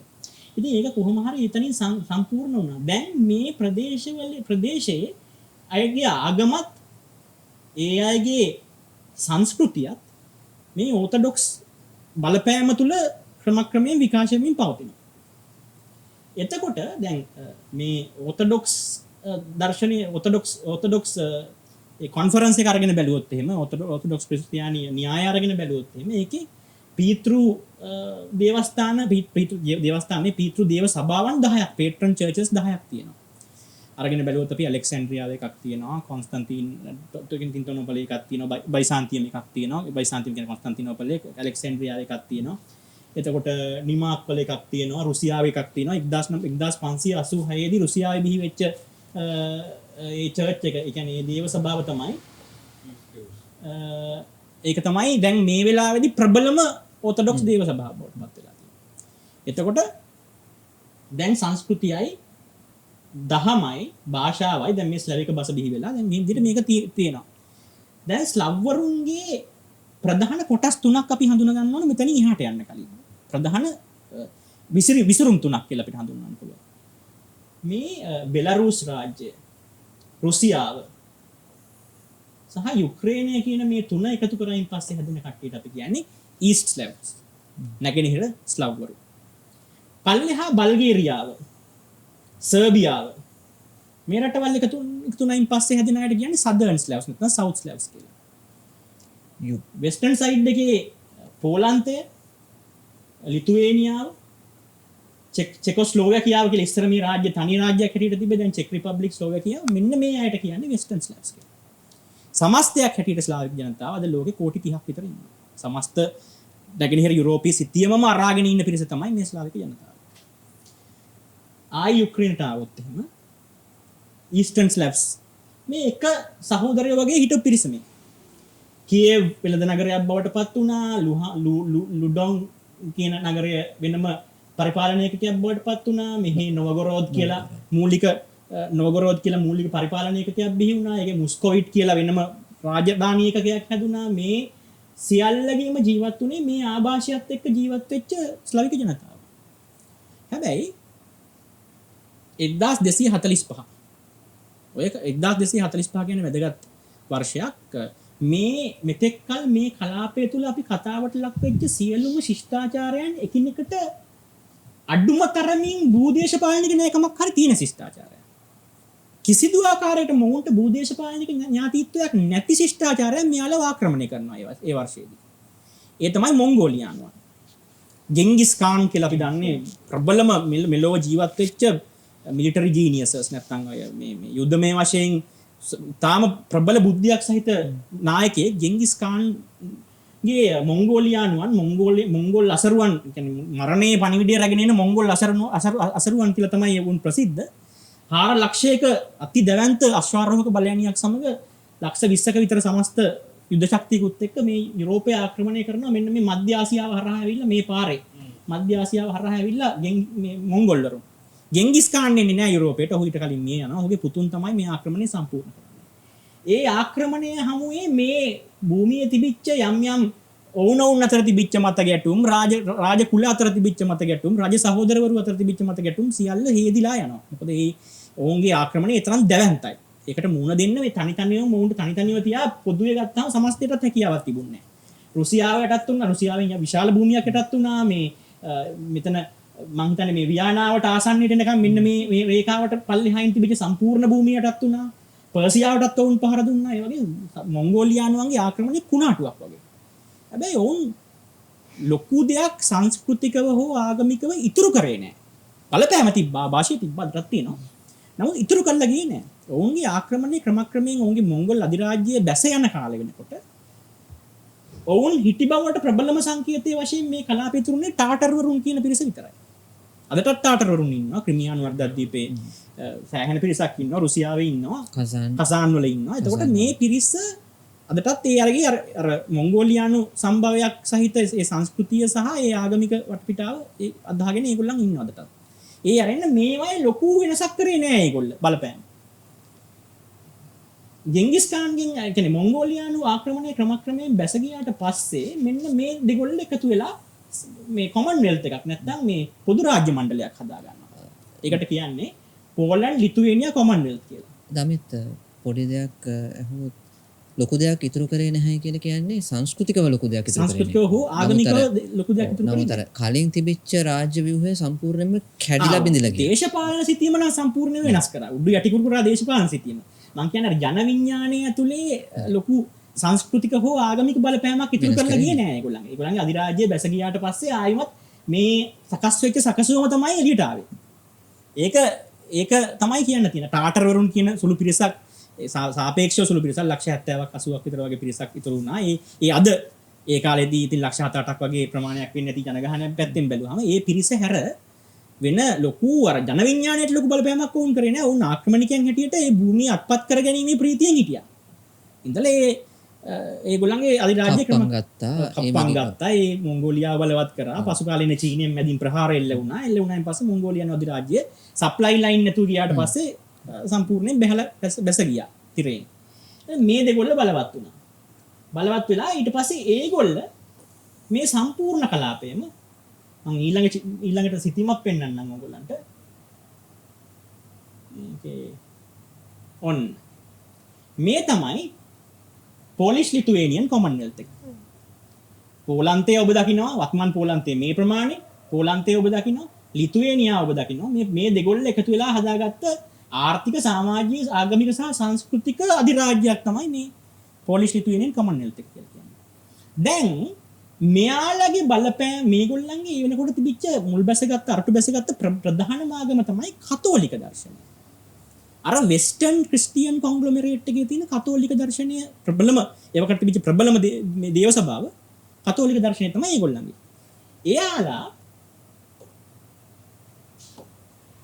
මේ භූමිය දැන් මේගොල්ලන් දෙගොල්ල එකතු වෙලා හදාගත්ත කොමන්වෙල්ත් එක මේ භූමියට ඇවිල්ලා මේක පාලනය කරද්දි මෙන්න මේ ප්‍රදේශය ඒගොල්ලන්ට ඍජුව සංස්කෘතිකව යටත් වෙච්ච ප්‍රදේශයක් බවට පත් වුණා. එතකොට ආගම මේ ප්‍රදේශය ඔක්කොම ඇදහුවේ ඕර්තොඩොක්ස් ආගම. ආගම ඕර්තොඩොක්ස් වුණාට සංස්කෘතිය කතෝලික වුණා. මේ බොහොම සියුම් වටහා ගන්න ඕන දෙයක් මේක. උඟ දිනෙක අපෙන් අහන ප්‍රශ්නයක් තමයි යුක්‍රේනයේ සම්පූර්ණ ඕර්තොඩොක්ස් රටක් නේ ඇයි ඒක රුසියාවත් එක්ක නෑ. සංස්කෘතික ගැටීමක් තියෙනවා. ගොඩක් වෙලාවට ආක්‍රමණය සිද්ධ වුණාට පස්සේ ආක්‍රමණිකයාගේ ප්‍රභූ පිරිස් හැසිරෙන විදිහටනේ අර ආක්‍රමණයට ලක් වෙච්ච අයත් හැසිරෙන්න බලන්නේ. අරක අනුකරණය කරමින් ඒ අනුකරණය ඇතුලේ හැසිරෙන්න උත්සාහ කරන්නේ. එතකොට මෙතන මේ නගරවල ප්‍රභූන් හැසිරෙච්ච විදිහට මේ ආක්‍රමණයට නතු වෙච්ච භූමිවල අයත් ඒක අනුකරණය කරන්න පටන් ගත්තා සංස්කෘතිකව. දැන් ලංකාවේ බ්‍රිතාන්‍ය සංස්කෘතිය තියෙනවානේ. ඕලන්ද සංස්කෘතියෙන් ඉතුරු වෙච්ච දේවල් පෘතුගීසින් පැමිණීම දේවල් තියෙනවානේ. ආක්‍රමණයට ලක් වෙච්ච අය ඒ ආක්‍රමණිකයාගේ ප්‍රභූන්ගේ සංස්කෘතික මම නිකන් ආපහු චුට්ටක් නිකන් එන්නම්. දැන් අපි මහා බ්‍රිතාන්‍ය අපි ආක්‍රමණය කරාට පස්සේ මහා බ්‍රිතාන්‍ය ආක්‍රමණිකයා ඒතර දෙකන් දැන් ඩඩඩක් ගාලා කියන් ගියොත් එහෙම මේ සුද්දා වගේ කන්න ඕන. සුද්දා වගේ අඳින්න ඕනි. සුද්දාගේ භාෂාව. දැන් මට පොඩි කාලේ අම්මා සිගරට් එකක් දීලා තියෙන සුද්දා සිගරට් බොන හින්දා. කියන්නේ වැද්දෙක් නෙවෙයි සුද්දෙක්. යන් ආක්‍රමණිකයා සුද්දාගේ ගෙවල් සුද්දියෙක් වගේ නේ. සුද්දෙක් වගේ ඉගෙන ගනින් නේ. සුද්දා පුක හොදන විදිහ. සුද්දා හැන්දෙන් ගියා රුපියෙන් කන්නේ. ඒ කියන්නේ අර ආක්‍රමණිකයාගේ තියෙන මේ ආකර්ෂණය මයික පැත්තෙන් ගත්තාම අනිත් පැත්තෙන් ආක්‍රමණය කරන්න ලේසි. දැන් උදාහරණයක් වොත්තේ මේ වෙලාවේ මම හිතන්නේ ওই පරිසරය අපිට හොඳට ඕන නම් ආපහු දාගන්න පුළුවන් උගන්ඩාවට. උගන්ඩාවේ දේශපාලන ඉතිහාසය ගත්තොත් එහෙම කවුරු හරි උගන්ඩාව ආක්‍රමණය කරොත් සල්ලි වලින් හරි ආගමිකින් හරි රජකුමාරයෙක් වෙලා ගිහිල්ලා හරි අපිට හොඳටම පේන උගන්ඩාව වටේ ඉන්න මිනිස්සු ආක්‍රමණිකයාගේ සංස්කෘතිය ගන්නවා ෂුවර් එකටම. ආක්‍රමණිකයාගේ භාෂාව, ආක්‍රමණිකයාගේ ඇඳුම, ආක්‍රමණිකයාගේ පාට. ඒ නිසා මම හිතනවා මට මේ හරි වැදගත් කාරණාවක් මේ ගන්න ගන්නවා දමිත් ඒ තමයි. ආක්‍රමණිකයෙක් ආවහම එයා කොයිතරම් ප්‍රබලයිද, එයාගේ සංස්කෘතිය, එයාගේ ජීවන රටාව, එයාගේ භාෂාව, එයාගේ හැඩය, එයාගේ සාහිත්‍ය සමහරලාවට බොහෝ විට එයාගේ සාහිත්‍ය ගන්නවා. ඒ පාඩමත් මම මතක් කරගන්න. මොකද මම ටක් ගාලා කරන්නේ ඕක ඉගෙන ගන්නකොට මන් දන්න දේවල් එක මම දාගෙන බලනවා මොකද්ද වෙන්නේ. හරිනේ යකෝ සුද්දාවෙන් පස්සේ අපි නිකන් සුද්දාගේ කෑම රට බඩු මෙහෙම අපිට විශාල අදිනිශ්චිත මේ ලෝකයක් තියෙනවා. සහ මීට කලින් අර යුක්‍රේනය යන කියද්දි කිව්වනේ දැන් අර නිශ්චිත පරිපාලන ඒකකය පරිපාලන ප්‍රතිසංවිධානය නැතු යනවා උන් ගියාට පස්සේ අරුන් ආයේ එකේකා මරා ගන්නවනේ. ඒ කියන්නේ මහාණ්ඩුවක් යටතේ මුන්ට අර ඉඳලා වහල්ලු වගේ ඉඳලා පුරුදු જાතියක් ලෝකේ හැම රටක මුන්ට මහායකෙක් ඕන, පාලකෙක් ඕන, රජෙක් ඕනිනේ මුන්ට හැමදාම ඉන්න ඕනේ. ඌ ගියාගෙන් පස්සේ මුන් නිකන් පොඩි සීමලාණ්ඩු හදා ගන්නවා රටේ හැමතැනම. හදාගෙන සීමලාණ්ඩු ටික කෙලව ගන්න. මොකද මහාණ්ඩුවක් නැහැනේ. ඒතර කියනවා මචං අරු එකන් ආන මරුවා පහුනේ. ඔය පහුගිය කාලේ මට අහගෙන කියාගෙන මචං මහරජෙන්ට එන්න කිව්වද? අපරාධ නේද අපි දාලා ගිය 70 ගණන් වල ඉන්දවන් තිබුණේ. හිටියනම් මචං අඩු ගානේ අද UK වලට වීසා එකක්වත් හම්බ වෙනවා. මෙහෙම තමයි මම මේ අදහස් ටික මම ගොනු කරගන්නේ, අවශෝෂණය කරගන්නේ. මම ඒක මතක් කර නිකන් ඕනනම් කාට හරි එහෙම පාත් එකක මේක කියවගෙන යන්නත් පුළුවන්. නීරසයි වගේ දැනෙනවා නම් එහෙම Tamanට ඕනි පාත් එකක් හදාගන්න. ඒකට දදා කියවන්නත් පුළුවන්. අපි ඉස්සරහට යන් මේ බොහෝ විට ඒ චින්තනය බොහෝදුරට සමානයි මේ කලාපවල ජනතාවගේ. ඒක ලෝකේ පුරාම දකින්න තියෙන දෙයක් ඉතින්. ඊට පස්සේ දැන් අපි නතර කරේ මේ කතෝලික සම්ප්‍රදාය, කතෝලික සංස්කෘතිය ඇතුලේ, ඕර්තොඩොක්ස් ආගම ඇතුලේ කතෝලික සංස්කෘතියක් බිහි වුණේ කොහොමද කියන එක. දැන් කතෝලික සංස්කෘතිය කියන එක බිහි වෙන්නේ රෝමයේ. ඒ රෝමයේ බිහි වෙනකොට රෝමයේ තියෙනවා. රෝමයේ බිහි වෙද්දී අපි අපවර ලොකු සිතියමට ගියොත් අපේ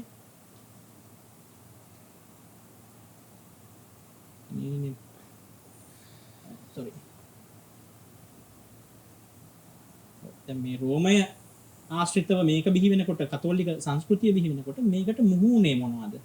අර යුදෙව් ජනතාව අතරින් බිහි වෙච්ච ක්‍රිස්තියානි, කියන්නේ ක්‍රිස්තුස් වහන්සේ අනුව යන ක්‍රිස්ටියන්ස් කියන ඒ කන්සෙප්ට් එක සමග බිහි වෙච්ච යේසුස් ස්වාමීදරුවන්ගේ අපෝස්තලවරුන් 13 දෙනාගෙන් වැඩිම කියන්නේ පළවෙනි අපෝස්තලවරයා වශයෙන් හඳුන්වන යේසුස් වහන්සේගේ අග්‍ර ශ්‍රාවකයෙක් හැටියට හඳුන්වන්න පුළුවන් මේ පේදුරුතුමා තමයි මේ රෝමයට ක්‍රිස්තියානි දහම අරගෙන ආවේ.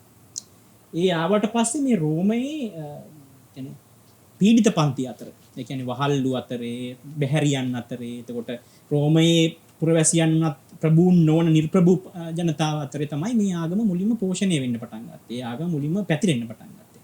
ඊට පස්සේ රෝමයේ ක්‍රමක්‍රමයෙන් අර කොන්ස්ටන්ටින් අධිරාජ්‍යගේ කාලයට එනකොට චතුර්රාජ්‍ය ක්‍රමය කියලා කියන්නේ අර නමිත් අර මේ ආගමක් නිර්ප්‍රභූන් අතර පැතිරෙනවා කියන එක ලෝකේ හැම ආගමක් මෙහෙමයි. කියන්නේ අපි ඉස්ලාම් ආගම් බැලුවත්, කතෝලික ආගම් බැලුවත්, බෞද්ධ ආගම් බැලුවත් ඒකට හේතුව තමයි ප්‍රභූන් අතරින් තමයි බිහි වෙන්නේ.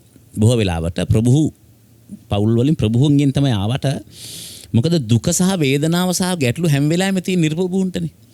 සෞඛ්‍ය ප්‍රශ්නේ තියෙන උන්ට, කෑම ප්‍රශ්නේ තියෙන උන්ට. ඒතකොට ඒගොල්ලෝ තමයි හැම වෙලාවෙම ලෞකික වශයෙන් Tamanට ඒක අත්පත් කරගන්න බැරි වුණාම ඒ වේදනාවට වෙනයම් අවිඥානික හේතුවක් තියෙනවාද? ඒ කියන්නේ දෙවියන් වහන්සේගෙන් උත්තරයක් තියෙනවද?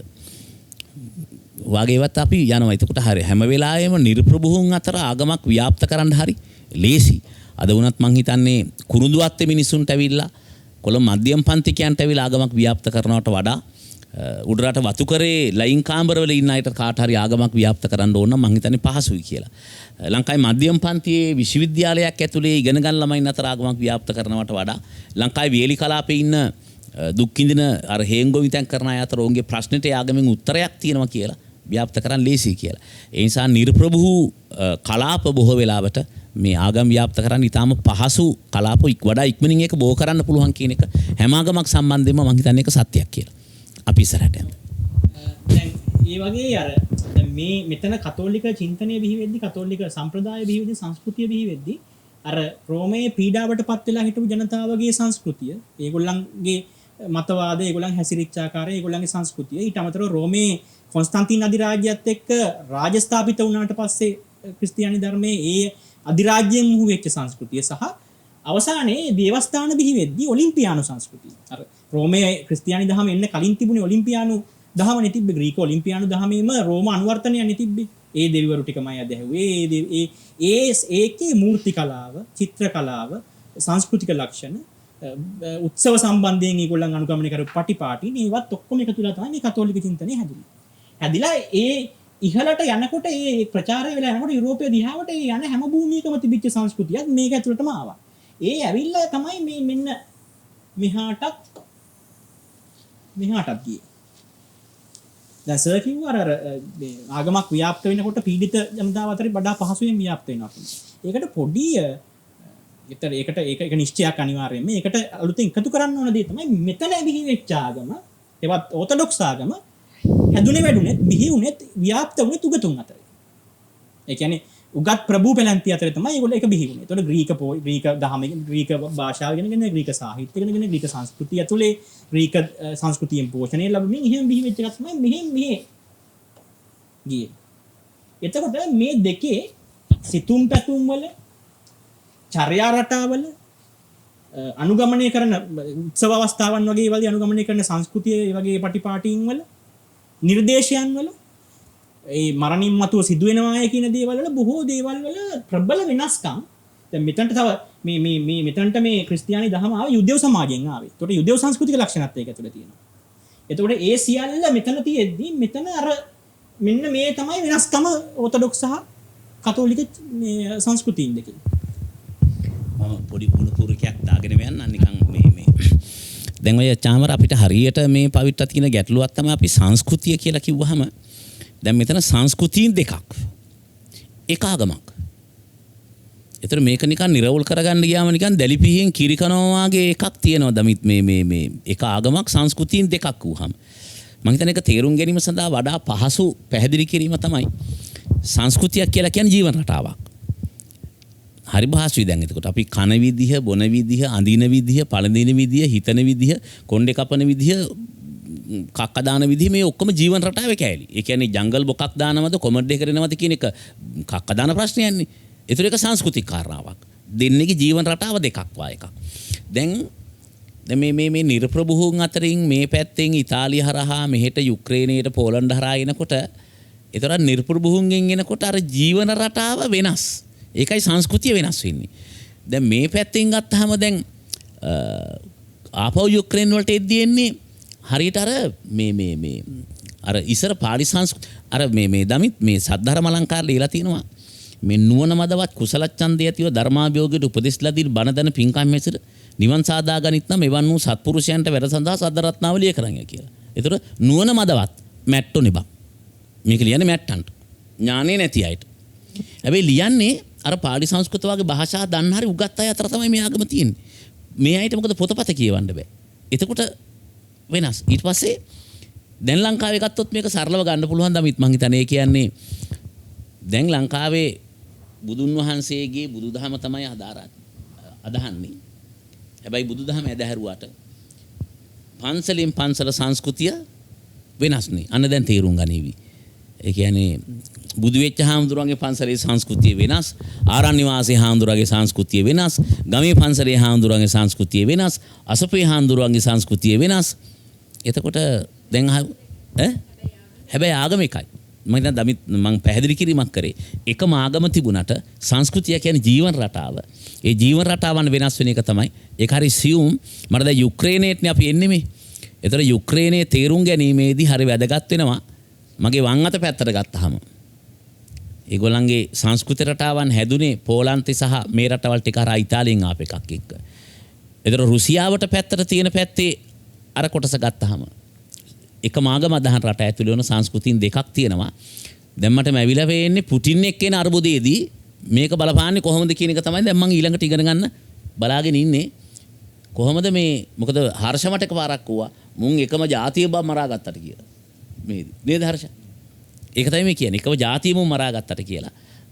දැන් මං හිතන අපි ඉස්සරහට ගියාම මේ චිත්‍රය ලිහිල් කරගන්නට ස්ලාව්වරුන්ගේ කොහොමද උන් මරාගන්නේ කියන්නේ. ඔය ඇත්තටම ඒකත් ඊස්ටර්න් ස්ලාව්ස්ලම තමයි. ගෙනහිර ස්ලාව්වරුම තමයි. ආයේ මෙහි දකුණු ස්ලාව්වරත් ඔය වගේම මරා ගන්නවා.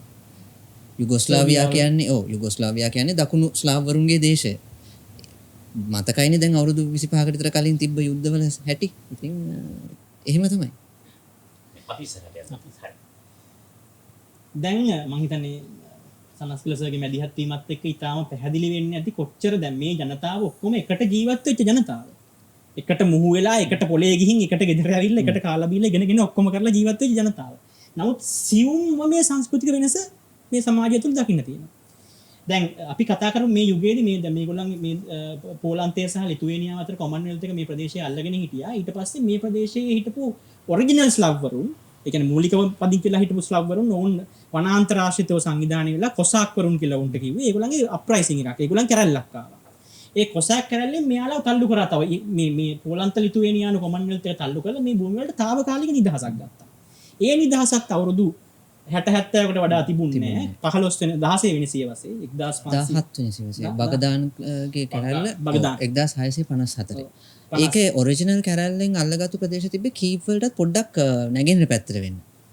ඔව් ඊට පස්සේ පෝලන්තය තල්ලු කරා අර පැත්තට. හැබැයි කීව් අල්ලගත්තේ නැහැ බගදාන් මගේ මතකේ හරිනම්. බගදාන් අල්ලගත්තේ නැහැ කීව්. මම හිතන්නේ ගඟට දකුණෙන් මේ පැත්තේ. ගඟට දකුණෙන් නතර වුණානේ බගදාන්. හරි එතනින් කීව් අල්ලගත්තේ නැහැ. නමුත් මේ අධිරාජ්‍යීය බලපෑම සැලකිය යුතු තල්ලු කරා. හැබැයි ඊට පස්සේ එයාට ඒක දිගටම තියාගන්න රුසියාවෙන් උදව් වෙනවා. අන්න හරි. එතන තමයි වැරද්ද වුනේ. එතන තමයි කතන්දරේ ඉතුරු අධිරාජිනිය. ඔව් බගදාන් එනකොට කැතරින් නෙමෙයි හිටියේ. නමුත් එයා කැතරින් රුසියාවෙන් උදව් ඉල්ලුවා. ඊට පස්සේ කැතරින්ගේ කාලේ වෙනකොට ඔයා කියන්නේ. ඔව්. කැතරින්ගේ කාලේ වෙද්දී දැන් සාමාන්‍යයෙන් ඔය දැන් ලංකාවේ අපි අපේ ඉතිහාස කතාව තුළ බැලුවත් අපි එක්තරා එක අධිරාජ්‍යයක් පළවා හරින්න තවත් අධිරාජ්‍යයකින් උදව් ඉල්ලලා තියෙනවානේ. ඇත්තටම බැලුවොත් එහෙම මේ පෘතුගීසීන්ගේ නාවික බලය හමුවේ මේ පෘතුගීසීන් පළවා හරින්න අපි ලන්දේසින්ගෙන් උදව් ඉල්ලනවා. ඊට පස්සේ අහුඹෙන් වගේ ඉංග්‍රීසියෙන් ඇවිල්ලා ඉංග්‍රීසියෙන් උපකාර කියන්නේ නිල වශයෙන් උපකාර හම්බුනත් නැතත් ඉංග්‍රීසිනුත් ඒකටම එකතු වෙනවා.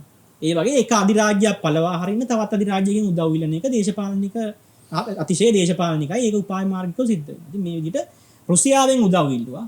රුසියාව උදව් දුන්නා. හැබැයි දුන්න උදව් අවසානයේදී ඒගොල්ලන්ටම පාරාවලල්ලක් වුණා. රුසියාව මේ සම්පූර්ණ භූමියෙන් මේ භූමියෙන් 70%ක් විතර ප්‍රදේශයක් සම්පූර්ණයෙන් ඇඳගෙන 16 වෙනි සියවස වෙනකොට 1500 8 වෙනි සියවස වෙනකොට නේද? 1649 නේ. 700 ගණන්. කැතරින් හිටියේ 1700 ගණන්. එන්න 1749 වෙනවා. මට 1700 ගණන්. වර්ෂය පොඩ්ඩක් එහාට මෙහාට වෙනවා. 1749 වර්ෂයේ වෙද්දී මේක කොටස් තුනක් ප්‍රධාන වශයෙන් රුසියාව නම් කරා. ග්‍රේටර් රෂියා, මහ රුසියාව, වයිට් රෂියා, බෙලාරුසියා කලාපය, මයිනර් රෂියා, ලිටල් රෂියා, වත් කුඩා රුසියාව. නැවත වතාවක් ස්ලාව්වරුන්ට තමන් ගොඩනගා ගත්ත දේවල් ටිකත් එක්ක අධිරාජ්‍යයක සෙවණ යටතට යන්න සිද්ධ වුණා. එතෙන් සිට රෂියන් එම්පයර්. රුසියානු අධිරාජ්‍යය තුල යුක්‍රේනයේ කතාව මම හිතන්නේ අපි චාමර සෝවියට් සමූහාණ්ඩුව බිහිවීම කියන කොටසේ යම් ප්‍රමාණයකට ආවරණය කරලා රුසියානු අධිරාජ්‍යය තුල යුක්‍රේනයේ කතාවේ වැදගත්ම කොටස් ටික.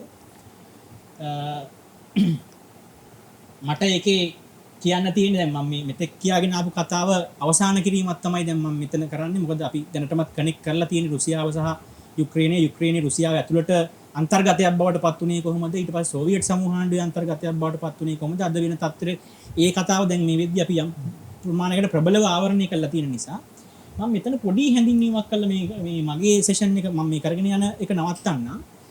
යුක්‍රේනයේ ජනතාවට දැන් අපි ජාතිකත්වය ගැන කතා කරලා සංස්කෘතිය ගැන කතා කරා භාෂාව ගැන කතා කරා. දැන් යුක්‍රේන ජනතාවට ඔවුන්ටම අනන්‍ය වෙච්ච භාෂාවක් තිබ්බා. ඔවුන්ගේ ස්ලාවික භාෂාවක් ඔවුන්ට අනන්‍ය වෙච්ච භාෂාවක් තිබ්බා. සුළු වෙනස්කම් සහිතව මේ මේගොල්ලෝ ඔක්කොම ඊස්ටර්න් ස්ලාව්ස්ලානේ. මේ අනෙක් අයට සුළු වෙනස්කම් සහිතව මේ අයට අනන්‍ය වෙච්ච භාෂාවක් තිබ්බා. රුසියානු අධිරාජ්‍යයේ යටතේදී මේ භාෂාව බොහෝ විට පීඩාවට ලක් වුණා. ඔවුන්ගේ භාෂාව, ඔවුන්ගේ සංස්කෘතිය, ඔවුන්ගේ අනන්‍යතාවය ඉගැන්වීම තහනම් කරන්න රුසියාව කටයුතු කළා. ඒ තහනම අවස්ථා තුනකදී ආවා 1794, 1854, 1912 අවුරුද්දෙත් ආවා. ඊට පස්සේ සෝවියට් සමූහාණ්ඩුවට යුක්‍රේනය අයත් වුණාට පසු 1930 අවුරුද්දේදී යම් සීමා මායිම් සහිතව ඒක ඉගැන්වීම යම්තාක් දුරකට ලිහිල් කරා ඒ තිබිච්ච නීති රීති. නමුත් ආයෙත් 1933 අවුරුද්දේදී ඒක පූර්ණ වශයෙන් වාරණය කරලා දැම්මා. ඒක ඒකීයත්වයට එකඟතාවයට බාධාවක් ඔය අනාදී ආකාර ප්‍රශ්නයක් ආව. දැන් න්‍යායික ගැටුමකුත් එතන මතුවෙනවා සෝවියට් සමූහාණ්ඩුව කරපු දේත් එක්ක. ගොඩක් වෙලාවට ලෙනින් කියන්නේ ජාතීන්ගේ වෙන්ව යාම පිළිබඳව අදහස් දක්ව ප්‍රබල අදහස් දක්වපු කෙනෙක්. ඔහු ජාතීන්ට වෙන්ව යන්න අවශ්‍යතාවයක් තියෙනවා නම් පසුව කම්කරු ප්‍රජාවන් හැටියට නොනවතින අරගලයක් ඇතුළේ එකතු වෙන අදහසින් වෙන් වී යන්න ඉඩ ප්‍රස්තාව ලබා දීපු කෙනෙක්. ඒක න්‍යායිකව ඒක ඔහු පිළිගත් දෙයක් බවට පත් වුණා. ඔහු දේශනා කරපු දෙයක් ඒක. ඔහු අනුදකපු දෙයක් ඒක. නමුත් ඔහුගෙන් පසුව රුසියානු සෝවියට් කොමියුනිස්ට් පක්ෂය භාෂාවක් පවා සංස්කෘතියක් පවා වාරණය කරන තැනකට යුක්‍රේනය තල්ලු කරා. තමන්ගේ ආධිපත්‍යය ඇතුළේ, තමන්ගේ අධිපති මතවාදය ඇතුළේ භාෂාවක් සංස්කෘතියක් පවා තහනම් කරන තැනකට ගෙනිච්චා. ඒකට මේ යුක්‍රේනයේ ලොකු රුසියානු අධිරාජ්‍යයට පෙරත් රුසියානු අධිරාජ්‍යය ඇතුළේ ලොකු කඳුළු කතාවක් තියෙන යුක්‍රේනයේ. කවදාවත් ඔවුන්ට ඔවුන්ගේ ජාතිකත්වය, ඔවුන්ගේ සංස්කෘතිය විකාශය කරගෙන නිදහසේ අවුරුදු 50කට 60කට වඩා වැඩිපුර කාලයක් ඉන්න හම්බුනේ නැහැ. කවර හෝ ආක්‍රමණිකයෙක්ගේ අනසකට නතු වුණා. දැන් මේ වෙනකොට ඔවුන් අවුරුදු 1991 දෙසැම්බර් මාසේ 26 වෙනිදා ඉඳලා මේ දක්වා ගත වෙච්ච කාල සීමාව තුළ ඔවුන් නැවතත් ආක්‍රමණිකයෙක්ගේ ග්‍රහණයට හසු වෙලා ඉන්නවා. ඉතින් මේ අයගේ විමුක්තිය වෙනුවෙන් කෙරෙන කතිකාවක් අද ලෝකයේ මේ වෙනකොට නිර්මාණය වෙලා තියෙනවා. මේ ඉතිහාස කතාවක් ඈඳකින්. ඒ අනුව එතනින් මම කැමති මේ කතාව නවත්තන්න. දමිත් මම හිතන්නේ අපි මේ සාකච්ඡා මාලාව ඉස්සරහට මේ තැඹිලි අරගලය ගැන, යුරෝ මයිදාන අරගලය ගැන, ඊට පස්සේ පුටින් එක්ක කරගත්ත යුදමේ තත්ත්වයේ දක්වා අපි ඉස්සරහට මේ සාකච්ඡා මාලාව අරන් යන්න හිතාගෙන ඉන්නවා. දැන් මට නිකන් මේ ඊළඟට යන්න හිතන කෑල්ල තමයි මේ යුක්‍රේනයේ පළමු දශකේ, ඒ කියන්නේ මේ දමිත් කේතක නවත්තපු තැනින් පස්සේ පළමු දශකයේ කියන කොටසේ යුක්‍රේනයේ දේශපාලන හැසිරීම මොන වගේද කියන කාරණා මේකම සාකච්ඡා කරමු කියලා. සහ මට නිකන් මැද්දෙන් පයින් හිතිච්ච කෑල්ලක් තමයි මේ දැන් යුක්‍රේනයේ ජාතික භාෂාවන් ටික, ජාතික සංස්කෘතීන් ටික, උන්ගේ විලාසිතා ටික මේවා වාරණය වෙන්නේ අර පැත්තෙන් ගත්තහම මේ රුසියා පැත්තෙන් එන බලපෑම් ටිකක් එක්ක. දැන් මට ටක් ගාලා මතක් වුණේ මේ අපිට ගෝකි ගැන, ටෝල්ස්ටෝයි ගැන, කුප්‍රින් ගැන මේ අදහස ඉද්දී මේ ඇලෙක්සැන්ඩර් කුප්‍රින් රත්මිනිවලල්ල ලියූ ලේඛකයා ඒ කෘතිය ලිව්ව නිසා ඔහුව මේ පළවා හරිනවා. මට මතකයි අර මේ රුසියාවේ අනිත් පැත්තට පළවා හරනවා මොකද්ද මේ සයිබීරියාවට පළවා හරනවා. ඒ කියන්නේ ලේඛක නිදහස, කලාවේ නිදහස, සංස්කෘතික නිදහස, ලිංගික නිදහස, මේ නිදහස ගැන කතා කරාම ඒ නිදහස අපි කොච්චර ලස්සන රතු సౌందර්යයක් ඇතුලේ මේක වර්ණනා කරත් ඒ නිදහස ලේඛකයෙකුට මේ කලාවේ නිදහස ඒක ඇතුලේ තිබුණාද වාගේ දේවල් හොයන් යද්දි මට ටිකක් අර කුප්‍රින් වාගේ පළව හැරි ලේඛකයෙක් පවා බලපානවා. මම කැමති පළමු දශකයේ දේශපාලනය ගැන විශේෂයෙන්ම අපේ ඊළඟ සාකච්ඡාවට එද විතරයි මේ ડોક્ટર හර්ෂත්තින් හර්ෂගෙන් පටන් ගමු. හර්ෂ මේ දමිත් නවත්තපු තැන ඉඳන් ඊළඟ දශකයේ මේ යුක්‍රේනයේ දේශපාලනය සම්බන්ධව සහ මේකේ මොකක් හරි ඌණ පූරකයක් වාර දාන්න තියෙනවා. මම කැමති හර්ෂ මේ සැසියට ටික එකතු කරනවාට. ඊළඟට කතා කරනවා නම් කතා කරන්න තියෙන්නේ සෝවියට් යුනියන් එකෙන් පස්සේ යුක්‍රේනය. සෝවියට් මේ අපි සාකච්ඡාවක් විදිහට අරන් යන් දැන් මේක මේ සෝවියට් යුනියන් එකෙන් පස්සේ ඇති වුණු යුක්‍රේනයේ හිටපු ජනාධිපතිවරු කොහොමද ඒක හැදුනේ? අර රාඩා කියන මේ ඔයගොල්ලෝ ඉස්සෙල්ලා කියපු ඒ රාඩා කියන කවුන්සිල් එක පාර්ලිමේන්තුවක් වෙලා ඒක ඇත්තටම පාර්ලිමේන්තුවට කියන නම තමයි යුක්‍රේන් රාඩා කියන එක. හරි. ඒ රාඩා කියන පාර්ලිමේන්තුව ඇතුලේ තමයි මේගොල්ලෝ දැන් මේ රාජ්‍යයක් විදිහට මේ වුණේ. ඕකේ 1900 ඒ කියන්නේ 91 දී නිදහස් වුණත් හැබැයි අර ඉන්ෆ්ලුවන්ස් රෂියන් ඉන්ෆ්ලුවන්ස් එක තමයි යුක්‍රේන් දිව්වේ. ඒ කියන්නේ for example අපි කියන්නේ උදාහරණයක් හැටියට කියනවා නම් දැන් මොනවා හරි රුසියාවේ පාර්ලිමේන්තුවේ යම්කිසි නීතියක් සම්මත වෙනවා නම් ඒ සමානම නීතියක් මෙහෙත් සම්මත වුණා. ඒ කියන්නේ ඒ ක්‍රාෆ්චුක් කියන ජනාධිපති තමයි මේ එතකොට මේ සෝවියට් යුනියන් එකෙන් පස්සේ හිටපු ජනාධිපතිතුමා. ඒ ජනාධිපතිතුමා ඇත්තටම ප්‍රෝ රෂියන් කියන්නේ සෝවියට් යුනියන් එකේ හැදිලා එහෙම තිබිච්ච මේ එකක්. හැබැයි ඉතින් ඒ දැන් ඔය ඔක්කොම කියන්නේ නීති පැත්ත. නීති සම්පාදනය, කස්ටම්ස් එතකොට ඒ රටේ හැම දෙයක්ම මේ සමානුපාතික වුණා. මේ රුසියාවේ ගන්නවා නම් මොනවා හරි පනතක් ඒ පනත ඊළඟ සුමානේ ඊළඟ මාසේ මේක යුක්‍රේන් වලත් ඒ විදිහටම හැබැයි යුක්‍රේන් භාෂාවේ ඔය රාදයකේ ඒක සම්මත වුණා. ඒ වගේ පැත්තකට තමයි මේ ඔය දශකය ගැන කතා කරොත් මුල් දශකයේ මුල් භාගයේ ඒ වගේ දෙයක් තමයි සිද්ධ වුණේ. ඒක හින්දා ඔය ලොකු ප්‍රශ්න රුසියාවයි යුක්‍රේන අතරයි ලොකු ප්‍රශ්න තියුණේ. දෙවෙනි කාරණය තමයි රුසියාවෙන් තමයි ගොඩක් යුක්‍රේන් වල රුසියාවේ නැති ආහාර ද්‍රව්‍ය ගොඩක් මේ කරක් හරි ගස්සලා රුසියාවට ඇරියා. රුසියාවට වැඩිපුරම මස් සැපෙව්වේ කිරි වර්ග, බටර් වර්ග ඔක්කොම සැපෙව්වේ යුක්‍රේන් වලින්. ඉතින් ඒගොල්ලන්ගේ ට්‍රේඩ් කියන්නේ වෙළඳ සම්බන්ධතා තියුණා සෑහෙන මේකක්. ඉතින් මේවා එකක් තියුණා. තව එකක් තමයි මේ සෝවියට් යුනියන් එක කාලේ තව තියුණා මිලිටරි ප්‍රශ්න. ඒ සෝවියට් යුනියන් එක කාලේ දැන් මේ යුනියන් එක කඩා බිඳ වැටෙන වට කරපු උපාය උපක්‍රම තියුණා මෙන්න මේ වගේ දේවල්. ඔය අපි හිතමු දැන් යුද්ධ ටැංකියක් හදනවා. යුද්ධ ටැංකියේ එන්ජිම හදන්නේ සමාරාවල. මේ කියන්නේ රුසියාවේ උඩ පැත්තේ. රෝද දෙක හදන්නේ යුක්‍රේන් වල. හරි.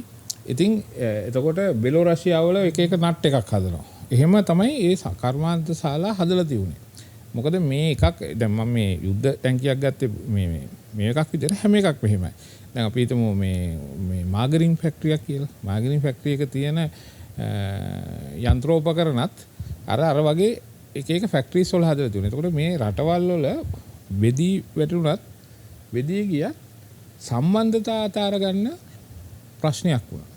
මොකද මේවා කැඩුනහම ඒක උපාංග අරවා මේවා ඔක්කොම ගැනීමේ මේකක් තියුණ හින්දා මේ එක ලොකු විරසකයකට යන්න බැරි වුණා. ඒ කියන්නේ සමාජමය වශයෙන් සංස්කෘතිකමය ඊළඟට තව දෙවෙනිය තියෙන සමාජ සංස්කෘතිකමය වශයෙන් බැලුවොත් ගොඩාක් කට්ටිය ආවාහ විවාහ වෙලා හිටියා.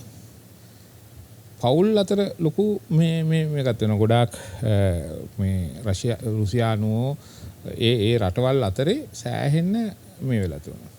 එතකොට ඒගොල්ලන්ගේ ඔය දැන් ඔය ආගම ගැන කිව්වන් පස්සේ ඒගොල්ලා වල දාන තැන මිනිවල ඒක සෑහෙන ලොකු දෙයක් නේ ඔය කට්ටියට. එතකොට ඒගොල්ලන්ගේ සමහර මේ ඥාතීන්ගේ මිනිවලවල් තියුණා යුක්‍රේන් වල. යුක්‍රේන් කට්ටියගේ මිනිවලවල් තියුණා රුසියාවේ. ඒක හින්දා මේ සමාජයෙන් කොහොම වුණත් ඒගොල්ලන්ට වෙන් වෙලා ඉන්න බැරි තත්ත්වයක් තියෙනවා. මොකද ඒගොල්ලන්ට මොනවා වුණත් අර තියෙන මලවුන්ගේ සැමරීම් දින තියෙනවා. එතකොට මේගොල්ලන්ට කොහොම වුණත් අර වල ළඟට යන්න වෙනවා. සුසාන භූමියට යන්න වෙනවා. හරි. එතකොට ඔන්න වගේ සමාජීය බැඳීම් හිට තිබුණා. මේ දශකයේ ගෙවිලා ගියේ ඔන්න ඔය විදිහට තමයි. හැබැයි ඉතින් ආර්ථික දැන් මේකට මේ දශකය මම හිතන්නේ ආර්ථික වශයෙන් රුසියාවට යුක්‍රේන් වලටත් ඒ සියලුම රටවල් වලට ආර්ථික වශයෙන් සෑහෙන පීඩනයක් තියුණු රටවල් කාලයක්. ඒවල කන්න බොන්න හිග වෙලා දැන් මේ ෆැක්ටරීස් වල එක මේ වල තියෙන කෝඩිනේෂන් එක නැති වෙලා ඒවා වැඩ කරන්නේ නැතුව ගිහිල්ලා දැන් එන්න ගිහිල්ලා ඉවරලා අවුරුදු 5ක් 6ක් යනකොට මේ කෝඩිනේෂන් එක නැති වුණාට පස්සේ ඒවා අක්‍රිය වෙන්න ගත්තා. ඒ අක්‍රිය වෙන එක රිප්ලේස් උනේ ඔය කියන යුරෝප් පැත්තෙන්. යුරෝප් මැෂිනරීස් ඒවා තමයි රිප්ලේස් වෙනකන් මේගොල්ලන්ගේ අර ඔය කාලයක් ගත වෙන්න ගියේ ඕක මම හිතන හැටියට. ඕක තමයි කාලයක් ගත වෙන්න ගියේ. මොකද ඒගොල්ලන්ගේ ඔය තියුණු ඔය සෝවියට් යූනියන් එක කඩා හැලෙනවට විරුද්ධව තමයි අර උපාය උපක්‍රමයේ අරන් තියුනේ.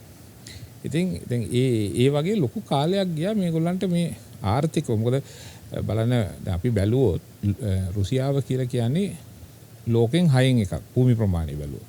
ලෝක 6කට බෙදුවාම එක කොටසක් රුසියාව. ඉතින් දැන් අපි ඒ වගේ භෞතික සම්පත් කියන්නේ natural resources කියන්නේ ඒවා බැලුවාම නැති දෙයක් නැහැ. තෙල්, ගෑස්, රත්තරන්, දියමන්ති, කොපර්, නිකල් ඕන දෙයක් ඒගොල්ලන්ගේ මේවත් තියෙන ඒවා එළියට ගැනීම සඳහා ඒ ඉන්ෆ්‍රාස්ට්‍රක්චර් එක. දැන් තියෙන රටවල් තියෙනවා. දැන් ඔයගේ සම්පත් තියෙන රටවල් තියෙනවා. හැබැයි සෝවියට් යූනියන් එක කාලේ මේවා පාවිච්චි කරන්න නැතුව තියෙන සම්පතක් ගන්න බැරි සම්පතක් ඇති වැඩක් නැහැනේ. හැබැයි මේගොල්ලන්ගේ ඉන්ෆ්‍රාස්ට්‍රක්චර් එකත් හදලා තිබුණා. මේගොල්ලන්ගේ ඒ හදලා තියෙද්දිත් මේගොල්ලන්ට ගියා රට ආපහු අර ඔය මේ සෝවියට් යූනියන් එකෙන් විනාශ වුණු ආර්ථිකය ගොඩනගන්න 2000 වෙනකම් ඒ පූටින්ගේ ආගමනය වෙනකම්ම රටේ ඔය මේක ඔය දශකේ සෑහෙන ස්ට්‍රගල් කරා මේවත් එක්ක. ඉතින් ඒක තමයි දැන් ওই දශකේ පුරාම සිද්ධ වුණේ. ඒ දශකේ පුරාම නීතිය කියන එක. දැන් බලන්න ඕකෙන් මේකෙන් උනාට පස්සේ වුණු නීතිය අවතැන් වුණා. එතකොට රෂියන් කාර්යෝ කියන කට්ටිය ලෝකෙම ප්‍රසිද්ධ වුණා නිකන් මාෆියා කාර්යෝ වගේ.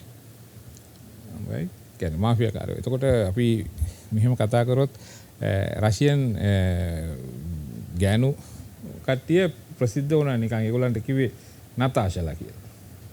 දැන් යුරෝප් යූනියන් වල අර මේ වෙන අර්ථයකින් තමයි ඒගොල්ල මේ හම්බුනහම මේව කරගත්තේ. ඒ තත්ත්වයට සමාජ පරිහානියක් දක්වාම ඔය දශකයේ මේ එකක් ගියා පූටින්ගේ ආගමනය වෙනකම්. ඒ හේතුව තමයි පූටින් ඒකේ ඇවිල්ලි ඉවරලා ඊට පස්සේ ඇත්තටම ඔය ඔලිගාර්ක්ලා කියන කට්ටිය මේ කියන්නේ ලොකු ධනවතුන් බිහි වෙන්න පටන් ගත්තා. මේකේ යට දැන් මේ ආර්ථික පරිහානිය යට ලොකු ධනවතුන් බිහි වෙන්න ගත්තා. එතකොට ඒ ධනවතුන් එළියට ගිහිල්ලා ටෙක්නොලොජි අරන් ආවා. රටට ටෙක්නොලොජි අරන් ආවා. ඒ ධනව අරගෙන ගිහිල්ලා ටෙක්නොලොජි අරන් ආවිල්ලා දැන් මම අර ඉස්සෙල්ලා කිව්වා වගේ ඉන්ෆ්‍රාස්ට්‍රක්චර් එක තියෙන ලොකු සම්පත් තියෙන රටක් විතරක් නෙමෙයි ඒවා එළියට අරගෙන පාවිච්චි කරන්න තියෙන ඉන්ෆ්‍රාස්ට්‍රක්චර් එක තියෙන රටක්. එහෙම රටකට හරි ලේසියිනේ. දැන් මොනවා හරි ටර්බියුලන්ස් මොනවා හරි තියෙනවා නම් මේ ආර්ථිකේ අපහු රිකවර් වෙන්න ලේසියිනේ. හැබැයි මේගොල්ලන්ට එහෙම උනේ නැහැ. හරි මොකද අර කියන්නේ ලොකු ටෙක්නොලොජි මේ එකක් තිබුණා. දැන් ඒගොල්ලෝ ලෝකේ හොඳම අවිය හැදුවට හොඳම සබන් කැටේ හැදුවේ නැහැ. හොඳම ටූත් පේස්ට් එක හැදුවේ නැහැ. right මේ හොඳම කාර් එක හැදුවේ නැහැ. මේක හැදුවේ. ඉතින් මිනිස්සුන්ගේ ওই තියුණු මේවත් එක්ක ඒක ආපහු ට්‍රාන්ස්ෆර් වෙන්න සෑහෙන කාලයක් ගියා. මේ යුරෝප් වල තියුණු මේ ටෙක්නොලොජි එක ගෙනල්ලා ඒගොල්ලෝ සීමන්ස් බෝස් කියන්නේ ওই වගේ වෙන තියෙන මේවා ටෙක්නොලොජි මේ ජර්මනියෙන් ඇමරිකාවෙන් මේ අනිත් යුරෝපියන් රටවල් වලින් අරගෙන මේක ඩෙවලොප් කරද්දි ඒගොල්ලන්ට ওই කාලේ ගියා. ඒක තමයි ඒකේ කාලය. දැන් අපේ රටත් ඔය වගේම මම හිතන්නේ යම්කිසිනේ සෑහෙන දුරකට අපේ දැන් අපේත් ආර්ථික වශයෙන් අපි මේ තැනකට ඇවිල්ලා තියෙනෝනේ අපිට දැන් ඉස්සරහට යන්න බැරි තැනක. කියන්නේ ඔය දැන් ඔය වගේම මේකට. හැබැයි අපිට තියෙන දැන් ඒගොල්ලන්ට අපිට තියෙන භයානකම දේ තමයි අපිට ওই natural resources නැහැ කියන. ඔය natural resources තියෙනවයි කියලා කිව්වත් ඒව ගන්න අරගෙන පාවිච්චි කරන්න ඒ අවශ්‍ය infrastructure එක නැහැ. right? ඉතින් අපිට තියෙන ඊට වඩා බැරෑරුම් ප්‍රශ්නයක්. අපේ දැන් ඉස්සරහට එන ප්‍රශ්නය මම හිතන්නේ ඒකත් අපි මේ වෙලාවේ කියන එක හොඳයි. හර්ෂ මට අපිට තියෙනවනේ පෞද්ගලික අත්දැකීම් ඔය රුසියාවේ ගිහිල්ලා ආපු යාළුවොත් එක්ක. මට එක යාළුවෙක් කිව්ව කතන්දරයක් තමයි මචං ලංකාවට එන්න දවස් 5ක් එන්න කලින් දවස් 5ක් නෙවෙයි. ලංකාවට එනකොට මචං මොකක් හරි ලංකාවට තෑග්ගක් ගේන්න ඕන රටේ ඉඳන් එද්දි. මම මචං දවස් 1මාරක් පොලිමිට සොක්ස් දෙකක් ගන්න. මම කියන්නේ පුටින් එන්න ඉස්සල්ලා ඔය ඒ දශක දෙක අතර කාලේ මචං ආපු යාළුවෙක් කිව්වේ සොක්ස් දෙකක් ගන්න හිටියා කියලා. සහ අපි රුසියාවේ දැකලා තියෙන රළු සංස්කෘතික වහන්න මචං දෙල් තියෙන කාර් එක, ගෙදර, බඩු බහන්න හරි රළුකමක් තියෙනවා. ලෝකෙ ඊට වඩා නිකන් බොහොම සරල සංස්කෘතික ජීවිත සඳහා අවශ්‍ය කරන මේ ඩිවයිස් ටික, ඇසසරිස් ටික ඒ වේදි හැදිලා මචං ලෝකෙ වෙන තැනක තිබිච්ච කාලයක්. ওই කාලේ තමයි මම හිතන්නේ ලංකාවෙන් ගිය කොල්ලෝ එහෙම කිව්වේ මේ දෙනිමක් දුන්නාම මචං රුසියාවේ නතාෂා කෙනෙක් ගන්න පුළුවන් කියලා. ඒ කියන්නේ දෙනිමක් කියන මේක එකක්.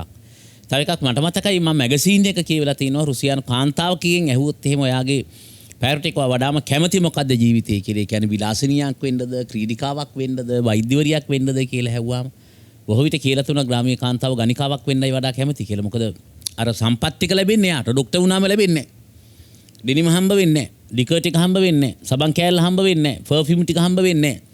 ඒතර බටහිරින් එන උන් ටික මේක කරන් අහවාම ඒක ලැබෙන්නේ ගණිකාවට නිසා කියලා මම වඩා කැමති ගණිකාවක් වෙන්න වාගේ අදහස් ටික. මම කැමති මේ පළවෙනි දශකය කතා කරලා ඉවර කරගන්න. ඒ කියන්නේ දමිත්ගේ මාතෘකාව.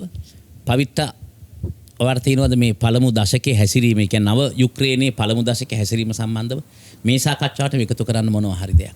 ඔව් මම අර මේ මම කැමති නිකන් මෙන්න මේ වගේ ඩයිමෙන්ෂන් එකක් ගේන්න අපේ සාකච්ඡාවට. ඒ කියන්නේ දැන් සෝවියට් සමූහාණ්ඩුවේ බිඳ වැටීම අපේ ඉතිහාසයේ, ලෝක ඉතිහාසයේ ඉතාම වැදගත් සන්ධිස්ථානයක්. අපි මේ ලෝක දේශපාලන ඉතිහාසය බැලුවාම. එතකොට මේ ගෝලීය වශයෙන් බැලුවොත් අර තිබ්බ අර අපි කලින් සැසියේ කතා කරපු අර ප්‍රධාන මතවාද දෙක, එක බල කඳුරක් තියෙනවා අර ලිබරල් ජනවාදී ඒ අදහස තමයි පරමාදර්ශී අදහස, අනිත් කඳුර තියෙන සමාජවාදී අදහස. එතකොට දැන් මේ අපි මේ විවේකෙදිත් මමයි චාමරයි කතා කරපු දෙයක් තමයි අර සෝවියට් සමූහාණ්ඩුවේ බිඳ වැටීම කියන වචනේ. ඒ අපි දැන් ඒක අපි ඉංග්‍රීසියෙන් පාවිච්චි කරන්නේ ඩිසෝල්ව් වෙනවා කියන වචනේ. අපි සිංහලෙන් කියන බිඳ වැටීම කියන එක. නමුත් ඇත්තටම එතන වෙන්නේ ඇයි කොහොමද අපි ඒකට බිඳ වැටීම කියලා කියන්නේ? කාගේ මොකද්ද රෙෆරන්ස් පොයින්ට් එක? කොතන ඉඳන් බලලාද අපි කියන්නේ එක බිඳ වැටුණා කියන ප්‍රශ්නේ. ඒතර මට හැමදේසම තියෙන ඉන්ට්‍රෙස්ට් එක තමයි දැන් සෝවියට් සමූහාණ්ඩුවේ කතාව. ඒතර සෝවියට් සමූහාණ්ඩුවේ කතාව කියලා කියන්නේ මම ටිකක් පුළුල් අර්ථයෙන් ඒක ඇතුළට මේ යුක්‍රේන මේ ඔක්කොම ටික දාලා බැලුවොත් අපි ගොඩක් දන්නේ බටහිර ආඛ්‍යානෙන්. ඒතර බටහිර ආඛ්‍යානෙන් මොකද මෙතන වෙන්නේ අර බල කඳුරු දෙකෙන් අර තිබ්බ ද්විද්‍රව පද්ධතිය, මේ ප්‍රධාන බල කඳුරු දෙකෙන් මේ එක කඳවුරක් ඒගොල්ලෝ විසිරවනවා. ඒතර මේ අනිත් ඉතුරු වෙන කඳවුර මේක ඉන්ටර්ප්‍රිට් කරනවා, ඒක අර්ථ නිරූපණය කරනවා, ඒකේ අවසානයේ හැටියට. ඒක අවසානය අනිත් පැත්තට එකෙන් කියවෙන්නේ මේ ඉතිරි වෙච්ච බල කඳවුරේ ජයග්‍රහණය කියන අදහස. එතකොට දැන් අර ජාත්‍යන්තර සම්බන්ධතා වලදී මට පෞද්ගලිකව තියෙන ලොකුම උනන්දුව තමයි මේ අපි දන්න දේවල් අපි කොහොමද දන්නේ? අපි කාගේ කතාවද දන්නේ? කාගේ අර්ථ නිරූපණයද දන්නේ කියන මේ ඉන්ට්‍රෙස්ට් එක. ඉතින් අර මේ දැන් අරස කලින් වෙලාවක කිව්වා නිර්ප්‍රභූ කියන එක. මේ විෂය මම හිතන්නේ ඊටම ප්‍රභූ විෂය. ජාත්‍යන්තර සම්බන්ධතා කියලා කියන්නේ. අපි ඉතිහාසය ගැන දන්න දේවල්, අපි හිතන පතන විදිය, දැන් අපිට යුක්‍රේනය කිව්වහම රුසියාව කිව්වහම අපිට ලැබෙන චිත්‍රය ගොඩක් ප්‍රභූ අර්ථ නිරූපණ වලින් තමයි එන්නේ. එතකොට අර පළවෙනි දශකය කියලා කියන්නේ මට අර මේ ડોක්ටර් කිව්වා වගේ මට එහෙම අර පෞද්ගලික අත්දැකීම් මොකක්වත් නැති නිසා මම එහෙම කමෙන්ට් කරන්න යන්නේ කොහොමද මේ යුක්‍රේනය ඇතුලේ ඇතිවෙච්ච තත්ත්වය කියලා. හැබැයි අර ගෝලීය පිච් එක ඇතුලේ ගෝලීය අර ඒ පින්තූරය ඇතුලේ අපි මෙන්න මේ කාල පරිච්ඡේදය දෙස බැලුවොත් මේක ලෝක දේශපාලනිකව ගත්තොත් අර ලොකු සංක්‍රාන්තික සමයක් එක්තරා විදිහක. මොකද බටහිර ඇත්තටම මේ ඉන්ටර්ප්‍රිට් කරනවා අර්ථ නිරූපණය කරනවා මේක සමාජවාදයේ පරාජයක් කියලා. සෝවියට් සමූහාණ්ඩුව විසිරවීම සමාජවාදයේ වැරද්දක්ද කියන්නේ සමාජවාදයද එකට දැන් මේක අපේ ඕකනේ දැනටත් බටහිර ආඛ්‍යානය ප්‍රබල වෙන්න ඓතිහාසික උදාහරණය තමයි යා ආණ්ඩුවේ මේ සමාජවාදය තියුන්නේ නැහැ. ඒකයි. හර්ෂ ඒක මොකද හර්ෂ කියන්නේ අත්දැකීමෙන්. අපි ඒක අහලම පවිත්‍රට හොම්ම දෙමු. ඔයා එකට ටිකක් මේ විනාඩියක් කරන් කිය. ඒ සමාජවාදය තියුන්නේ නැහැ කියලා කියන්නේ සමාජවාදය කියලා කියන්නේ ඔය දැන් අර ඔය පොත්වල තියුණු සමාජවාදයක් එහෙ තියුන්නේ නැහැ. එහෙ තියුනේ බියුරොක්‍රසි. අර කිව්වා වගේ නිලධාරීවාදය තියුනේ. නිලධාරීන් පාලනය කරපු දැන් ඊට පස්සේ නිලධාරීන් පාලනය කරපු නිලධාරීන් විසින් තලා පෙලාගෙන හිටපු ඒ කියන්නේ නමට මාර හොඳයි. හැබැයි එක තැනකින් ඔය කියන දැන් අපි දැන් කියනවනේ දැන් මේ ඉන්න අපේ තියෙන මේ කට්ටිය යම් කිසි ලාභ ප්‍රයෝජන ගන්නවා කියලා. අපි හිතමු දැන් කනවා බොනවා දැන් මැති ඇමතිවරු කනවා බොනවා කියන එක. එහෙ පොලිට් බියුරෝවේ කට්ටිය ඒ විදිහට තමයි හිටියේ. ඒක තමයි මම කියන්නේ. ඒක සමාජවාදයක් වෙන්න බෑනේ. ඉතින් මේකෙම එක වෙන ස්තරයක් දැන් සාමාන්‍ය මිනිසුන්ට කන්න නොතිබුණු චීස් වර්ග වයින් වර්ග සියල්ලම කොමියුනිස්ට් පක්ෂයේ පොලිට් බියුරෝ එකේ පොලිසිය කොමියුනිස්ට් පක්ෂයේ වැඩ කරපු කට්ටියට කන්න බොන්න තිබුණා. සහ එතකොට ඔය ෆැක්ටරි එක ඩිරෙක්ටර් කෙනෙක් නා ෆැක්ටරි එක ලොකු මේ එකක් කරන් ඉන්නවන නා මිනිහට තියෙනවා. සමූහ ගොවිපළක සභාපතිට සමූහ ගොවිපළේ සභාපතිට ඕන දෙයක් තියෙනවා. මට ඒකයි කියන්න ඕනේ. ඒත් එක්කම මම හිතන්නේ තව දෙයක් කියන්න ඕනේ සෝවියට් සංගමය ගැන කතා කරනකොට. ඔය දැන් සාමාන්‍යයෙන් සමාජවාදී කිව්වම අපි බලාපොරොත්තු වෙනෝනේ කාන්තාවන්ගේ අයිතිවාසිකම් ඔය වගේ එකක්. සෝවියට් ලෙනින් පැහැදිලිවම කියලා තියෙනවා මේ කාන්තාවගේ සාම්ප්‍රදායික භූමිකාවෙන් ඇයි නිදහස් කිරීම අත කොමියුනිස්ට් වාදය කරා යන ගමනේදී කොමියුනිස්ට් සමාජයක් කරා යන ගමනේදී ඉතාම වැදගත් කියන එක. හැබැයි පොලිට් බියුරෝ එකේ හිටපු එක කාන්තාවක් කියන්න පුළුවන්.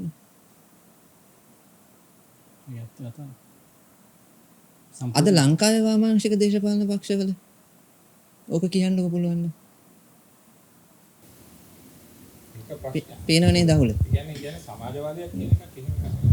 දැන් ඔය ගුරු ගීතය ගැන එකපාරක් මම ලියපු එකට මට කට්ටිය විවේචනය කරා. මම කිව්වා ලංකාවේ විප්ලවවාදීන්ට ගුරු ගීතය වගේ පොතක් තමයි හරියන්නේ. මොකද හේතුව ඒක පුරුෂ මූලික කතාවක්. පුරුෂයෙක් ඇවිල්ලා ගෑනු ළමෙක්ව බේරගෙන එන ඒ කතාවනේ. ඒ වගේ දේවල් නොවුණානේ මේ සෝවියට් දේශේ. හරිද? ඒක බොරු කතාවක් කියලා කියන්නේ. ඇත්ත අත්දැකීමකින් තමයි ඒක ලියන්නේ. ඒක ඇයි ගැලපෙන්නේ? වාමාංශික ව්‍යාපාරයේම කොහෙද තියෙන්නේ? කාන්තාව ලංකාවේ මට එක පක්ෂයක් කියන්න දැන් අපි දැන් අතීතයට ගියොත් අපි දන්නවා විවි හිටියා. ඒ වගේ කීප දෙනෙක් හිටියා. වර්තමානයේ සමහර ජොබ්ස් කරන්න දුන්නේ අනිත් එක බලන්න ඔය සෝවියට් යුනියන් එක ඔය මේකත් එක්ක ඔය නිලධාරීවාදය සහ මේක හින්දා රුසියාවේ එකාකාර ආකිටෙක්චර් එකක් තියෙනවා. ඔය සෝවියට් කාලේ තියෙන ආකිටෙක්චර් ඒවා දියුණුනේ නැහැ. හරි මහනිකම් පෙට්ටි වගේ මේ හැම මිනිහටම ගයක් දෙන්න කියලා සංකල්පයක් අරන් ඇවිල්ලා පෙට්ටි වගේ ඒවයි ඇත්තටම ඔය රජුරුවන්ගේ තියුණු කාලේ ඉස්සර තියුණු කාලේ ආකිටෙක්චර් දැන් සෙන්ට් පීටර්ස්බර්ග් ගියොත් මොස්කව් ගියොත් බලන්න පුළුවන් ඒගොල්ලන්ගේ ලොකු මේ එකක් තියෙනවනේ පාලම් හදපුවා මේවා කරවා දැන් අපි ඔය වින්ටර් පැලස් එකේ වගේ බලන්න ගියොත් ඔය මේ ප්‍රංශේ තියෙන මේවට සමාන ආකිටෙක්චර් මේ හුරුවක් තියෙනවා. ඒක ඉතාලියේ කෙනෙක් ඔව් ඉතාලියෙත් ඒ පැත්තේ තියෙනවා. හැබැයි දැන් මේ සෝවියට් කාලේ ඒව දිනුනේ නැහැ. ඉතින් ඒ කියන්නේ මිනිසුන්ගේ මේ කියන්නේ ඔය අපි කිව්වට ඔය සාහිත්‍ය කියලා ඒ සාහිත්‍ය වුණත් දැන් එක පැති තමයි. දැන් ඒ කියන්නේ දැන් ඒකටත් පුංචි එකතු කිරීමක් කරොත් මම ගියා චෙලියාබින්ස්ක් වලට දැන් මාස කිහිපයකට කලින්. එතෙන්දී මට ඒගොල්ලන්ගේ කෙනෙක් පෙන්නවා මේ තමයි අලුත් පාර්ට්නර්ස්. සෝවියට් දේශේ බිඳවන්නට පස්සේ හදපු පාර්ට්නර්ස්. ඒවයි තියෙනවා පාට. කොළ පාට එහෙම බිත්තිවල ගාලා තියෙනවා. පරණ පාර්ට්නර්ස් වල ඒ පාට නැහැ. එතනත් තියෙනවා මාර පරණ අලු නැත්තම් ඒ වගේ පාටනේ දැන් මොස්කව් වලට ගියාම ඒ මිනිස්සු දන්නවා දැන් අපිට පුරුදු නැති වුණාට හිටපු කට්ටිය දන්නවා ස්ටාලින්ගේ කාලේ හදපු apartment මොනවද ඊට පස්සේ ක්‍රූෂ්චොෆ්ගේ කාලේ හදපුව මොනවද මට එක්කෙනෙක් කියලා දුන්නා මෙන්න බලාගනින් ස්ටාලින්ගේ කාලේ මෙන්න බලාගනින් ක්‍රූෂ්චොෆ්ගේ කාලේ වගේ මම සංවාද ඉවර කරන්න පවිත්‍රා ඉවර කරේ නැහැ එතෙන්ට ඉන්න ඉස්සෙල්ලා මගේ අදහස මේ මම එකතු කරගෙන එන්න ඒ තමයි මට නිකන් පොඩි මේ එළියට කියන්න නිකන් සද්දෙන් කියන්න වචන දෙකක් තමයි මේ රුසියාවේ පොලිටිකල් බියුරෝ එකේ හිටපු ස්ත්‍රීන් නම් කරන්න වගේ තමයි සද්දෙන් කියන්න හිතෙන්නේ. ඒ කියන්නේ අපි හරියට මේ හරිම නිකන් පරමාදර්ශී හරි ලස්සන සමාජයක් පිළිබඳව අපිට පොඩි කාලේ ඉඳන් ලැබිච්ච ඩ්‍රීම් එක තමයි සෝවියට් දේශේ. සෝවියට් දේශේ සාහිත්‍ය, සෝවියට් දේශේ රට කියන්නේ. ඒතර අද සභාවේදී අහනවා එහෙම පොලිටිකල් බියුරෝ එකට මේ කාන්තාවක් නම් කරන්න දෙන්නෙක් නම් කරන්න කියලා.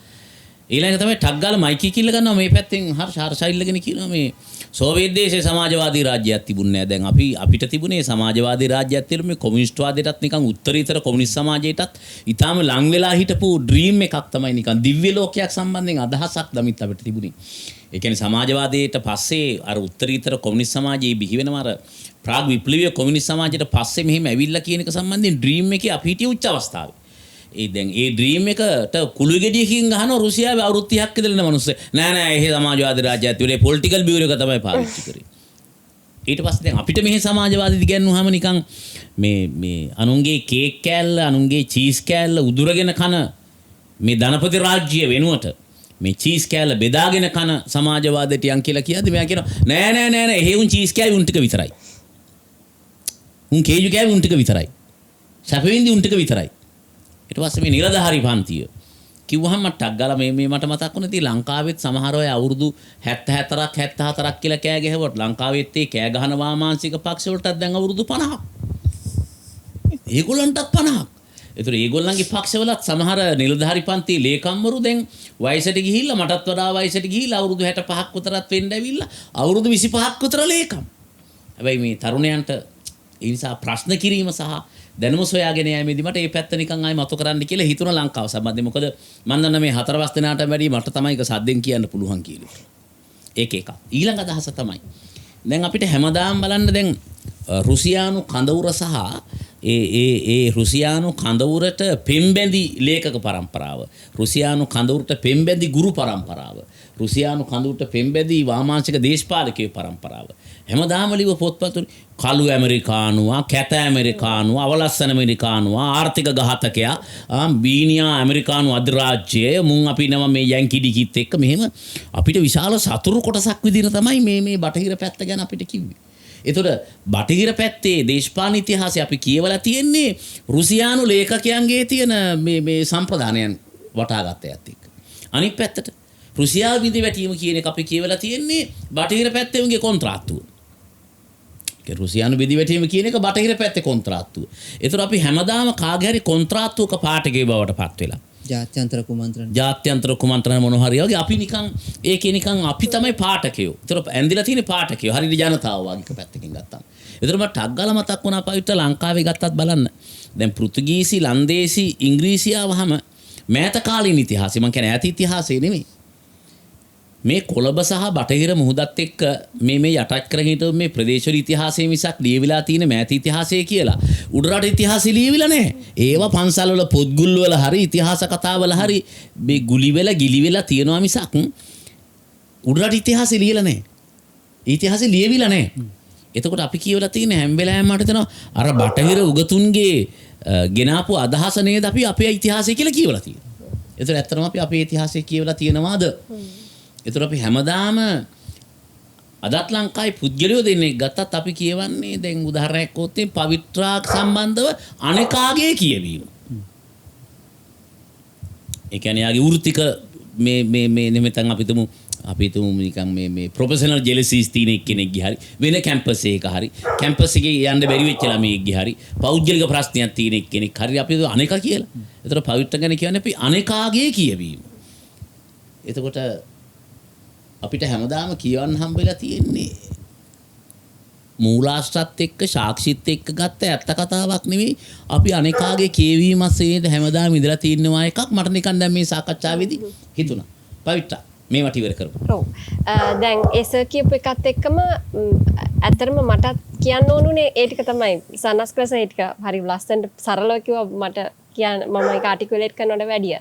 ඒ කියන්නේ එක පැත්ත හරි වැදගත්ම පණිවිඩය තමයි මම හිතන්නේ අපි හැමෝම අපි කතිකයෝ විදිහටත් ඒ වගේම ශ්‍රවණය කරන කට්ටිය හැටියටත් අර මේ බයිනරි ගතිය දැන් ලෝකයේ කොටස් දෙකකට බෙදන්න පුළුවන්ද ධනවාදය හරි සමාජවාදය හරි විශේෂයෙන්ම අපි මේ ජාත්‍යන්තර සම්බන්ධතා වගේ විෂයක් ගැන මේ වගේ ලෝක ඉතිහාසය ලෝක දේශපාලනය ගැන කතා කරද්දී අපි දැනුවත්ව හෝ නොදැනුවත්ව අපේ කැමැත්තෙන් හෝ අකමැත්තෙන් අපිට ඒ දැනුම එන තැන මොකද්ද කියන මොන මූලාශ්‍රයෙන්ද මොන විශ්වාසයන් මතද කියන එක තේරුම් ගැනීම නැවත ප්‍රශ්න කිරීම විචාරාත්මකව බැලීම ඒ පාත් එක කනෙක්ට් වෙලා තියෙන්නේ කොතෙන්ද කොතන කනෙක්ට් වෙලාද මේක අපිට ඇවිල්ලා තියෙන කියන එක. එතකොට මේක මේ ලංකාවේ අපිට විතරක්ම තියෙන ප්‍රශ්නයක් නෙමෙයි පොදුවේ ජාත්‍යන්තර සම්බන්ධතා කියන විෂය මම හිතන්නේ හැම විෂයකම එහෙම තමයි. ඒකේ තියෙනවා යම්කිසි බටහිර මූලිකත්වයක් ඒ දැනුම නිෂ්පාදනය කරන පිරිස් ලියන පිරිස් ගබඩා කරන පිරිස් බටහිර පැත්තකින් තිබ්බත් පෙරදිග ගත්තත් හැමතිස්සෙම ප්‍රභූ තැන් රිසර්ච් කියන්නෙම ප්‍රභූ තැන්වල තියෙන දේවල්. මොකද රිසර්ච් එකක් කරන්න දැනුම නිෂ්පාදනය කරන්න චාමර සාමාන්‍ය ජනතාවට අපහසුයි. ඒකට යම්කිසි මුදලක් යනවා ශ්‍රමයක් යනවා දැනුමක් යනවා. ඒතර විවේකයක් අවශ්‍යයි. ඉතින් ඒවා හැමතිස්සෙම දැනුම කියන අතර ඊටාම අර ප්‍රභූ තැනක තියෙන දෙයක්. ඉතින් මේ ඒ අර්ථයෙන් ගත්තාම මම හිතනවා මම අවසන් කරන්නම් මේක කියලා මේ වගේ සාකච්ඡා ඊටාම වැදගත්.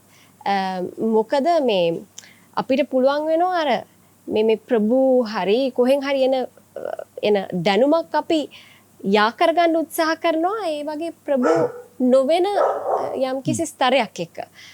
අපිට කැමැත්තෙන් හෝ අකමැත්තෙන් මේ ලෝකේ ජීවත් වෙන්න වෙනවා. ඒතර මේ ලෝකේ අපි මේක් සෙන්ස් කරන්න ඕනේ. ඒතර මේ මේක් සෙන්ස් කරද්දී අපි මේ ලෝකේ තේරුම් ගන්න උත්සාහ කරද්දී ඒ ඩයිමෙන්ෂන් එක ගේන එක වැදගත් කියලා මම හිතනවා.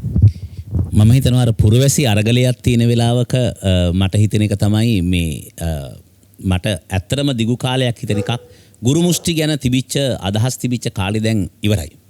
ඒ කියන්නේ දැනුම ප්‍රභූවරුන්ගේ අතේ තියෙන ආයුධයක් කියන තර්කණය දැන් ඉවර වෙමින් තියෙනවා තමයි මම හිතන්නේ. ඒ නිසා මේ පුරවැසියන්ට මේක දායාද කිරීම සඳහා ලංකාවේ මාධ්‍ය හෝ මේවා බලයිද නැද්ද මිනිස්සු මන් දන්නේ නැහැ. නමුත් මම හිතනවා මේවා කොහේ හරි තැනක දාලා තියන්න ඕනි කියලා ඉවරලා. ඒකත් පුරවැසි අරගලේ කොටසක් විදිහටයි මට හිතෙන්නේ. මොකද පුරවැසියන් නිර්මාණය කර ගැනීම සම්බන්ධව මැදහත්ව හිතන ඥානාන්විතව හිතන භාවාතිශේ විදිහට හිතන්නේ නැති තර්ක ඥානයක් එක්ක ගොඩනගන පරම්පරාවකට ඒක හොඳ වෙයි කියලා. චාමර ඉවර කරන්න මොකක් කර කියන්නේ. ඔව් නෑ සර් ඇත්තටම දැන් ඔය කියපු කතාවත් එක්ක තව දෙයක් අර දැනුම කොහෙන්ද එන්නේ කියන කාරණේ සම්බන්ධයෙන් පොඩි කතා දෙකක් කියන්න හිතුණා. එකක් තමයි මම පිළිගන්න විදිහට ලංකාවේ දැන් රුසියානු සාහිත්‍ය හරිම ජනප්‍රියයි ලංකාවේ. හැමෝම රුසියානු සාහිත්‍ය කියවනවා, දන්නවා කියලා කියනවා, හිතාගෙන ඉන්නවා එහෙම. මම කියනවා පෞද්ගලිකව මම රුසියානු සාහිත්‍ය දන්නේ නැහැ. හේතුව මොකද දන්නවද? අපි රුසියානු සාහිත්‍ය කියලා මෙච්චර කාලයක් කියවන්නේ කොමියුනිස්ට් ආණ්ඩුව තියෙන කාලේ සෝවියට් ආණ්ඩුවෙන් ලියවපු පොත් ටික ඒවායින් සිංහලයට ට්‍රාන්ස්ලේට් වෙච්ච පොත් ටික සහ අධිරාජ්‍ය කාලේ තිබ්බ පොත් වලින් සෝවියට් ආණ්ඩුව හොඳයි කියලා හිතපු ඒවා සිංහලයට පරිවර්තනය වෙච්ච පොත් ටික. ඒ වගේම තමයි ලංකාවේ මම හිතන්නේ ඉන්න අති බහුතරයක් දෙනාට රුසියාවේ ගිහිල්ලා ඉගෙනගත්තු ගොඩක් අයට පවා අර රුසියාවේ සංස්කෘතිය තේරුම් ගන්නවා නම් ඕර්තොඩොක්ස් ආගම ගැන යම් අදහසක් ඒ ආගම මිනිස්සුන්ට ගියේ කොහොමද ඊළඟට ඊට කලින් තිබ්බ දේවල් මේ විවිධාකාර කලින් ඇදහිලි එතකොට ඒ ඉතිහාසය කොහොමද විකාශය වුණේ ඔන්න ඔය කාරණා යම් ප්‍රමාණයකට තේරෙන්න ඕනේ කියලා. ලංකාවේ මම හිතන්නේ හුඟක් අයට ඒ තේරුම නැහැ. ඒ අර්ථයෙන් මම කියනවා ලංකාවේ අය සෝවියට් සාහිත්‍ය දන්නවා වෙන්න පුළුවන්. ඒ ගැන මට විවාදයක් නැහැ. හැබැයි රුසියානු සාහිත්‍ය දන්නවා කියන කවුරු හරි කියනවා නම් මම ඒ අයගෙන් අර ප්‍රශ්න අහනවා. එතකොට මට හිතා ගන්න පුළුවන් ඒගොල්ලෝ දන්නවද නැද්ද කියලා. ඒ පළවෙනි එක. දෙවෙනි එක තමයි අපි ස්ටාලින් ගැන කතා කරනවානේ එක උදාහරණයක්. ස්ටාලින් කියලා අපි කියන්නේ දැන් ගුලාග්ස් හදපු මහා මුර්ග එහෙම චරිතයක් කියලා තමයි අපි කියන්නේ. බටහිර ඉතිහාසකාරයෝ ගොඩක් ස්ටාලින් ගැන ඉගෙන ගත්තේ මං හිතන්නේ කියෙව්වේ මං හිතන්නේ ට්‍රොට්ස්කිගේ විවේචනවලින්. සැලකිය යුතු ප්‍රමාණය. ට්‍රොට්ස්කිට ස්ටාලින් කියන්නේ නූගතෙක්. මොකද ට්‍රොට්ස්කිට සාපේක්ෂව ඇත්තටම ස්ටාලින් නූගතෙක් තමයි. ඒ කියන්නේ ට්‍රොට්ස්කි කියන්නේ සුපිරි ලේඛකයෙක්, සුපිරි දේශකයෙක්. ස්ටාලින්ට ළඟටවත් යන්න බෑ ට්‍රොට්ස්කිත් එක්ක. හැබැයි තරුණ කාලේ ස්ටාලින් කියන්නේ ජෝර්ජියාවේ මිනිස්සෙක්නේ. දක්ෂ කවියෙක්. ඕක කියනවාද ඔය බටහිර ඉතිහාසයේ? බටහිරින් නෙමෙයි මං කියන්නේ. ඕක කියනවාද ස්ටාලින් ගැන කතා කරනකොට? ඒ මිනිස්සයා කොහොමද අරහෙම කෙනෙක් වුණේ කියන එක වෙනම සංවාදයක් වෙන්න පුළුවන්. චාමර එහෙම සිදුවීම ඇත්තටම තියෙනවා. දැන් මට ඒක කිව්වහම මට කාරණා දෙකක් මතක දැන් ඇන්තන් චෙකෝව් වගේ ලේඛකයෙක් එයා පොත් ලිව්වේ ජීවත් වෙන්න තියෙන අරමුදේ හින්දා වෛද්‍යවරයෙක් හින්දා සමහරලාවට ලැබිච්ච මේ මුදල මදි හින්දා කියලා මං හිතුවා. ඕක කිව්වහම ලංකාවේ මිනිස්සු ටිකක් කොල්මන් වෙනවා. ඈ රුසියාවේ එහෙම කියලා. ඒ කියන්නේ චෙකෝව් සම්බන්ධ. ඊට පස්සේ මට මතකයි මම නමක් ගමක් එක්කම කියන්නම්. අපි දන්නවා මේ බුදුබල සේනාවේ හිටපු ලේකම්වරයා මේ දිලන්ත විතානගේ කාලයක් තිස්සේ රුසියාවේ ජීවත් වෙලා ඔය DS ගේ ආශිෂ්‍යයෙක් මගේ මිත්‍රයෙක්. ඉතින් මට ලංකාව ගැන අපි දෙන්නට පොඩි කලකිරීම ඇති වෙච්ච කාලෙක දිලන්තයි මම දෙන්න කතාව වුණාපව රුසියාවට යන් කියලා. ආචාර්ය උපාධියක් කරන්නට මමත් ඇප්ලිකේෂන් එකක් දාලා ලුලුම්බා විශ්වවිද්‍යාලේ. ඊට පස්සේ දිලන්ත මං එක්කන් ගියා මේ රුසියානු තානාපති කාර්යාලයට මේක ඇප්ලිකේෂන් එක බාර දෙන්න. දුන්නාම මගෙන් ඒ තානාපතිවරයා අහපු පළවෙනි ප්‍රශ්නේ තමයි මොකක් ගැනද ඔයා PhD එක කරන්න කියලා. මම කිව්වා සාහිත්‍යය ගැන. මෙන්න මේ වැඩිහිටි සාහිත්‍ය ඇවිල්ලා තියෙන හැබැයි රුසියාවේ ළමා සාහිත්‍යයත් එක්ක මට මේක සංසන්දනය කළ තුලනාත්මක අදහසක් කරන්න ආසයි කිව්වහම එයා මගෙන් අහනවා වැඩිහිටි සාහිත්‍ය මොනවද දන්නේ කියලා. අපිට ලංකාවේ ලේඛකයන්ට වැඩි පාඩම් රුසියානු පොට්ටික සහ ලේඛකයන්ගේ නම් ටිකනේ. ඉතින් ගෝකිගේ ඉඳන් දොස්තෝස්කිගේ ඉඳන් ටෝල්ස්ටෝයිගේ ඉඳන් මෙහෙම ලේඛනය කියාගෙන ගියාම ඌ මගේ දිහා ඇස් අරගෙන බලනවා. ඌ මගෙන් අහනවා ඒගොල්ලෝ රුසියාවේ ලේඛකයෝද කියලා. ලංකාවේ හිටපු රුසියානු තානාපතිවරයා මගෙන් අහනවා ඔය කියන්ගේ නම් ටික පොත්පත් දීලා තියෙනවද උන් රුසියානු ලේඛකයෝද කියලා. අපි එතනින් සාකච්ඡා ඉවර කරමු. ඊළඟ ටිකට පොඩි ඉංගියක් විතරක් දෙමු. අපි ඊළඟ සැසියේ කියන්නේ තුන්වෙනි සැසියනේ. තුන්වෙනි සැසියේ ප්‍රධාන දේශකයා පවිත්‍රා ජයවර්ධන. ඊට පස්සේ 4, 5, 6 ආදී වශයෙන් අපි තැඹිලි අරගලය යුරෝමයිදාන අරගලයේ ඉඳන් වර්තමාන යුද්ධය දක්වා මේ කතා කරන්න බලාපොරොත්තු වෙනවා. ලංකාවේ මේ වෙලාවේ පුරවැසි අරගලයක් තියෙන හින්දා මොනවා හෝ අදහසක් මේ අපි දොඩංගෝනියක් වගේ එකක් තමයි හලන්නේ. Tamanට ඕනේ දොඩංගිරි දෙකක්වත් තෝරගන්න මේකේ තිබ්බොත් එහෙම ඒක හොඳයි කියලා හිතාගෙන මේ සාකච්ඡාවට ඉස්සර අරන් යනවා. මම හිතන්නේ ඊළඟ සාකච්ඡාවට දෙකේදී අපිට ડોક્ટર හර්ෂ නැහැ. ඔහු ආපහු රුසියාවට යනවා. ආය ආවෙන් පස්සේ ડોક્ટર හර්ෂ ආපහු සම්බන්ධ වෙවි. එහෙනම් අපි දෙවන සැසිය අද මෙතනින් ඉවර කරමු. Thank you ඔක්කොටම. Thank you very much.